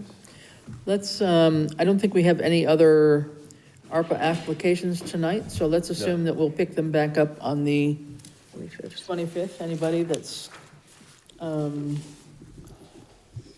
back around on that? We have no others to discuss tonight? No, We got we nothing back from the security company, fire and security Hackworths, right? No. And we had dealt with Bashistas last time. I believe we had approved Bashistas. Yes, we did. Okay. And we will see a little bit more from Betsy on Good Eats to Go, okay, on those ones? Correct. All right. And then I'm still waiting for some further information on the quote from Vermont Recreational on the tennis courts. Right. Okay. And there's the financial software. Yes. Is that approved But- yet, but- or is that, we're still waiting for more on that? Waiting for pricing. Yeah, we're waiting for the recommendation from the town accountant, the treasurer collector, and myself to the Okay. select board. Okay. Okay. All right, next, Assistant Town Accountant update. Yes, and Bradley and I have done a couple of interviews. On Friday, I actually asked Bradley if he would repost the position, which will bring it back up to the top to see if we would receive any more applications and do some additional interviews. I missed that last part. Are we back then to ground zero? Because we're using the free program, Yeah, basically you post a position yeah. and every day it moves down the list. No, but when I. So okay. we've reposted it to bring it Okay. back up to Bring the it to the top. top of the Okay, list. but I guess what I meant, there was no likely candidate among the two people, so we're kind of starting again in the search. You ruled them out? I would not say they're ruled out. Okay, I would like to see more candidates, however. okay. All right, that was my question. Thank you. Okay. All right. Any other questions about that? All right. Next thing up is the FY '22 Financial Audit Planning RFP update. I believe we talked about this last time, and we had some typos that needed fixing, and then being clear that it was for fiscal years ending 2022, 23, and 24. And then I guess I shouldn't have put it in my town administrator's report. I should have saved the fact the RFP is out to this agenda item. Oh. My boo-boo, I'm bad. So you already released it? I made basically changes. everything, all the edits and whatever that, Didn't we already approve it and approve John we're to be our mentioned. representative to review them? Yes. yes, it's in there. Yep. I have a question on Section D, report requirements under 1B. Talking about the contents of or the responsibility to them for the auditors to identify significant internal accounting controls. Could we ever put in there a sentence that with recommendations for correction if they ever find any?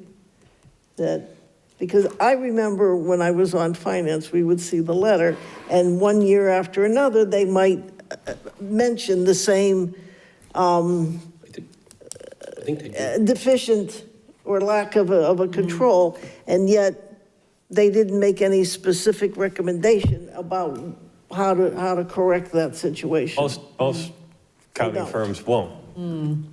They don't want the responsibility. Correct. Okay. Well, I was just looking for some help. Thank you. It may be something as we get to, we have some actual firms or a firm that we might select as we talk to, Yeah. negotiate with them. Okay. Maybe that's something that can come up when we're actually doing a contract. And most, while they won't give you a direct answer, might point you in the right direction, however. Okay. Right. We can talk around it and All still right. get the point across, but that may be something that could come up in negotiation with the final candidate. So Yes. this is just the Okay. which one? RFP. All right. RFP. Get these Ps and Qs mixed up here. All right. Very good. Okay, so that is at least underway. And the responses are due on November 3rd. Correct. All right. Yay.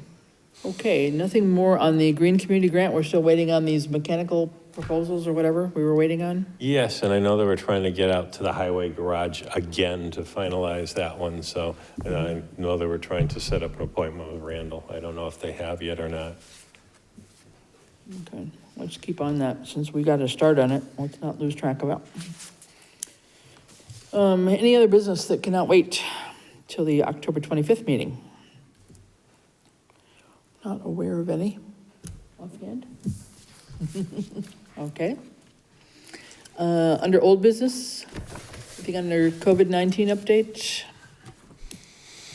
It's still out there. Definitely is. Yeah, there are new vaccines that they are recommending for booster shots that have been updated to be more effective against the, shall we say, the new variants.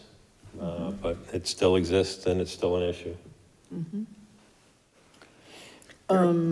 Yeah, Rainey? The Northampton Health Department is giving out the boosters, both the combined one and also they're doing flu clinics. So if you go on the Northampton Health Department website, you can sign up for either a flu shot or the combined one or a separate COVID one.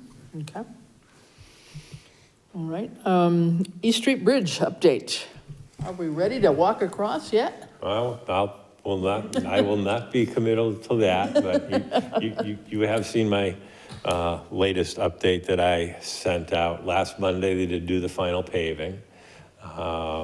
Yesterday, they actually installed the bridge expansion joints in what is now a new manner, because I actually cruised through here last night and stopped to take a look to see if they did do them yesterday, because they were scheduled to. And with it being a holiday, I wondered, and I actually followed up with VHB today. As you can tell by my age, I'm old school. So I am very familiar with, okay, you cross a bridge, you will see the darker pavement where they've cut them in, but you will see a couple of metal bars. And I looked at these, and if you saw my email, you will have seen the pictures, and you don't see the metal bars. It's just basically dark. You can see where they cut it out, and they filled it in. So I called VHB today and said, okay, did they actually do it or not? And he said, yeah, that's the newer method. The bars are in there, but however, they cover them up now. So that's been done. Tomorrow, the final striping is scheduled to be done. Also, the extra mounting that's required to mount the bridge rail to the actual bridge foundation. So that is safe. And those are, I mean, there's still other things of landscaping and whatever, and actually they did some of the, the landscaping. They put the loam on the ramps today also, and along the edge of the road and whatever. But the final two things that need to happen for VHB to say, yes, you can open the bridge are the striping and mounting the extra mounts to the rails on the side of the bridge. So if that actually happens tomorrow, VHB has a inspection scheduled for Thursday to go through it all. Everything else, I mean, is basically ancillary and still can be done if the bridge is open. So I don't have a definitive answer for you today if it's going to open late Thursday or Friday or what. So, and then following that up, and it doesn't have to happen like a ribbon cutting, and often doesn't, but does the select board want to have some type of ceremonial, shall we say, bridge opening or whatever, whether it's on short notice or sometime in the future, maybe next week or the following week, because if we do something like that, we really should at least reach out to Mass Works and ask them if they have someone that would like to come, VHB and Empg, the vendor also. Well, I think we've been waiting for a long time on this. I think it would be nice to do something formally to open the bridge. I mean, the voters just borrowed, $1.5 million. 6, yeah. Yeah, $1.6 million. I think that I we think should it would be great to do it. acknowledge Yeah, everything that's happened. right. So it may not be able to be, I mean, even if they were to say, okay, the inspection's fine and we're ready to let people go across on Friday, which is fine, but I don't know that we could pull anything together for Friday, but we could do something like the following week or something. And just do I don't know, get the press there, get the relevant people there, I don't know. Well, what I would say is, do something like, whether it's 10 or 11 o'clock or 1 o'clock, I would not try to schedule something for 8 in the morning or, late morning. 4 or 5 in the afternoon when, it's real busy traffic. And then we can just stage something, kind of off to the side. So you're looking at the 21st? That's a ways out.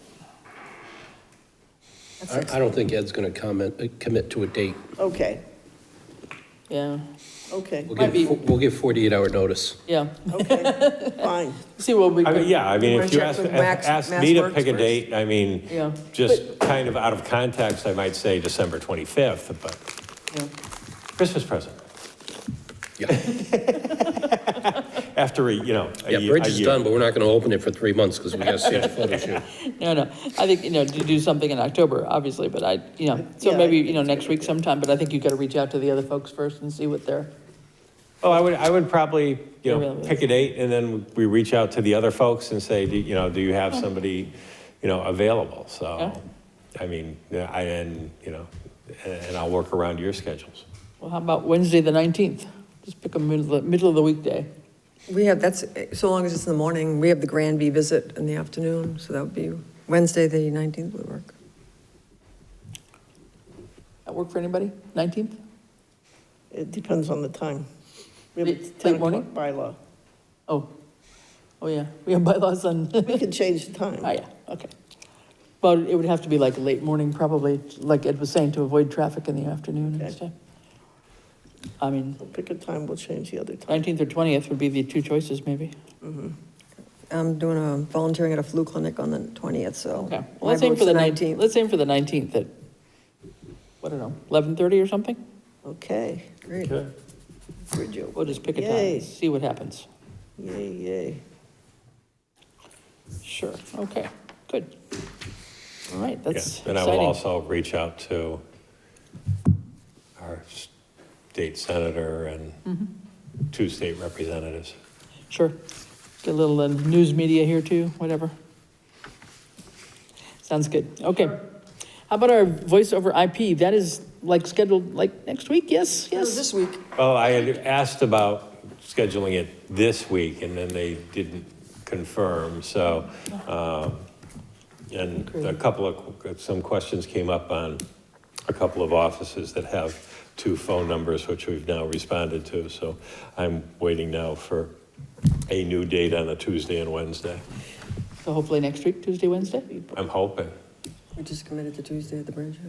Yeah, once it got into Friday last week, even if they could do Tuesday, Wednesday this week, I wasn't going to let it happen because at that point I couldn't let the people in town hall know it was going to happen. Yeah. Well, hopefully Tuesday next week, that would be good.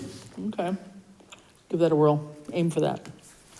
And then I know you've gotten the new computers too for the credentialing, getting going on some of that. We can start on some of the credentialing. Well, now that my assistant's computer has also been swapped out because that's where I was going to house the credentialing system. Yes, I'm going to have them schedule the installation of that. We can start credentialing people. Very good. Okay. All right. I don't think we have anything else. PCFs, licenses, no warrants. We have minutes to approve from July 5th, July 19, and September 27. Any objection to taking them up as a batch? No objection unless we've seen some Actually, I have a typos or change errors. in the first one. Okay. All right, so motion to approve July 5th, 2022. I'll second up a discussion. Okay. A second I was discussion? actually not remote. I was here. So that changed. So what's this, July 5th? Yeah, July 5th. I was actually here. I was not participating remotely. Was Francine remote that time? No? She's No, the she next was remote one. another one, but Yeah, I was, Okay. I don't know why. Okay. And then one other thing on this particular set, on the second page, where it starts Maureen Groden, line 1, 2, 3, 4. The sentence that says COA is meeting on August 10th. The Board of Assessors have been entertaining presentations on aerial photographing, which will be an asset other towns can use. It should say other town departments can use this as well. Right. Good. That's all. And I had one thing just under the, page 1, under Ed, your report, the 100,000 has been earmarked for the town for the rail trail, awaiting signature by Governor Baker. I think we should make that clear, has been earmarked through the bond bill, Yes. put forth by the state reps or something like that. That was my only thought. Okay. Any other changes on July 5? Okay, we'll take a motion to approve. Second. All those in favor, July 5th with those changes? Aye. Aye. Motion approved, okay, Motion to take up July 19th and September 27th minutes as a packet. okay. I hear a motion, second, please. I'll second. Any discussion, any I just notifications? wanted to ask Ed, I saw the email that came in late today. I didn't get a chance to read. Could you just let me know what the updates were to the September 27th minutes? September 27th, you made a change on something? I made some grammatical changes just to make them read better. The two substantial changes is originally Judy had it written as the Board of Assessors being 2 individuals short because one had moved, so I changed that, we changed that to 1. And the other change is we actually inserted the actual House 5223 language into the minutes where it relates to that vote. For the liquor license? Because of the fact that this is what Lucy's going to have to certify and send back to the legislature, so I didn't want, shall we say, any questions in regards to, okay, well, they say they approved it, but what was the actual language? So, Did they approve? Yeah. Okay. All right, so with those modifications, we have a motion and a second to approve both sets of minutes. Is that agreeable? If so, all those in favor? Aye. Aye. All right, so moved. Great, those are done.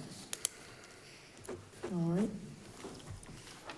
I don't think we have anything else under the pending items that I'm aware of. We were talking about having VHB come in and talk to us pretty soon, if maybe next meeting or the meeting after, about where we go next with East Street itself and the tip proposal. Is that right, Ed?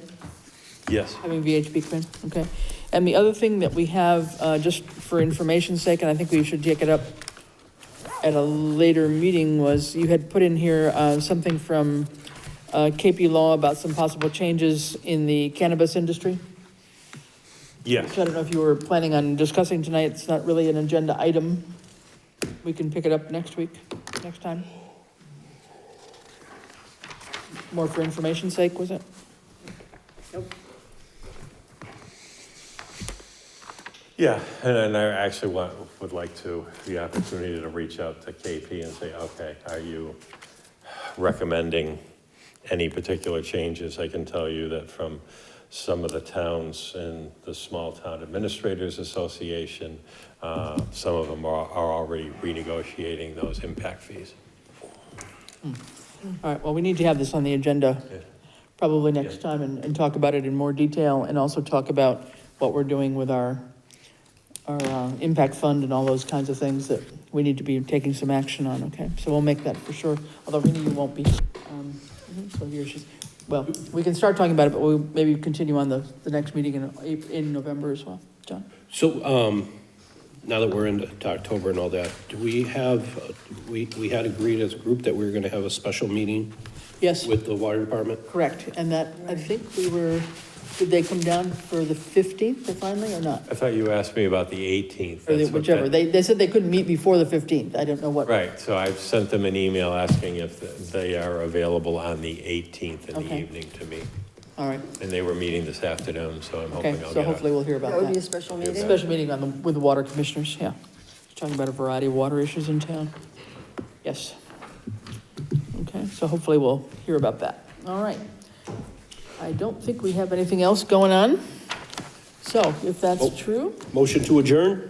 Second. All right, all those in favor? Aye. All right, we are, I did. Rini did, we are adjourned at about 9:33. Thank you, everyone. This government meeting is brought to you by Appreciate it. Eastworks and our local cable subscribers.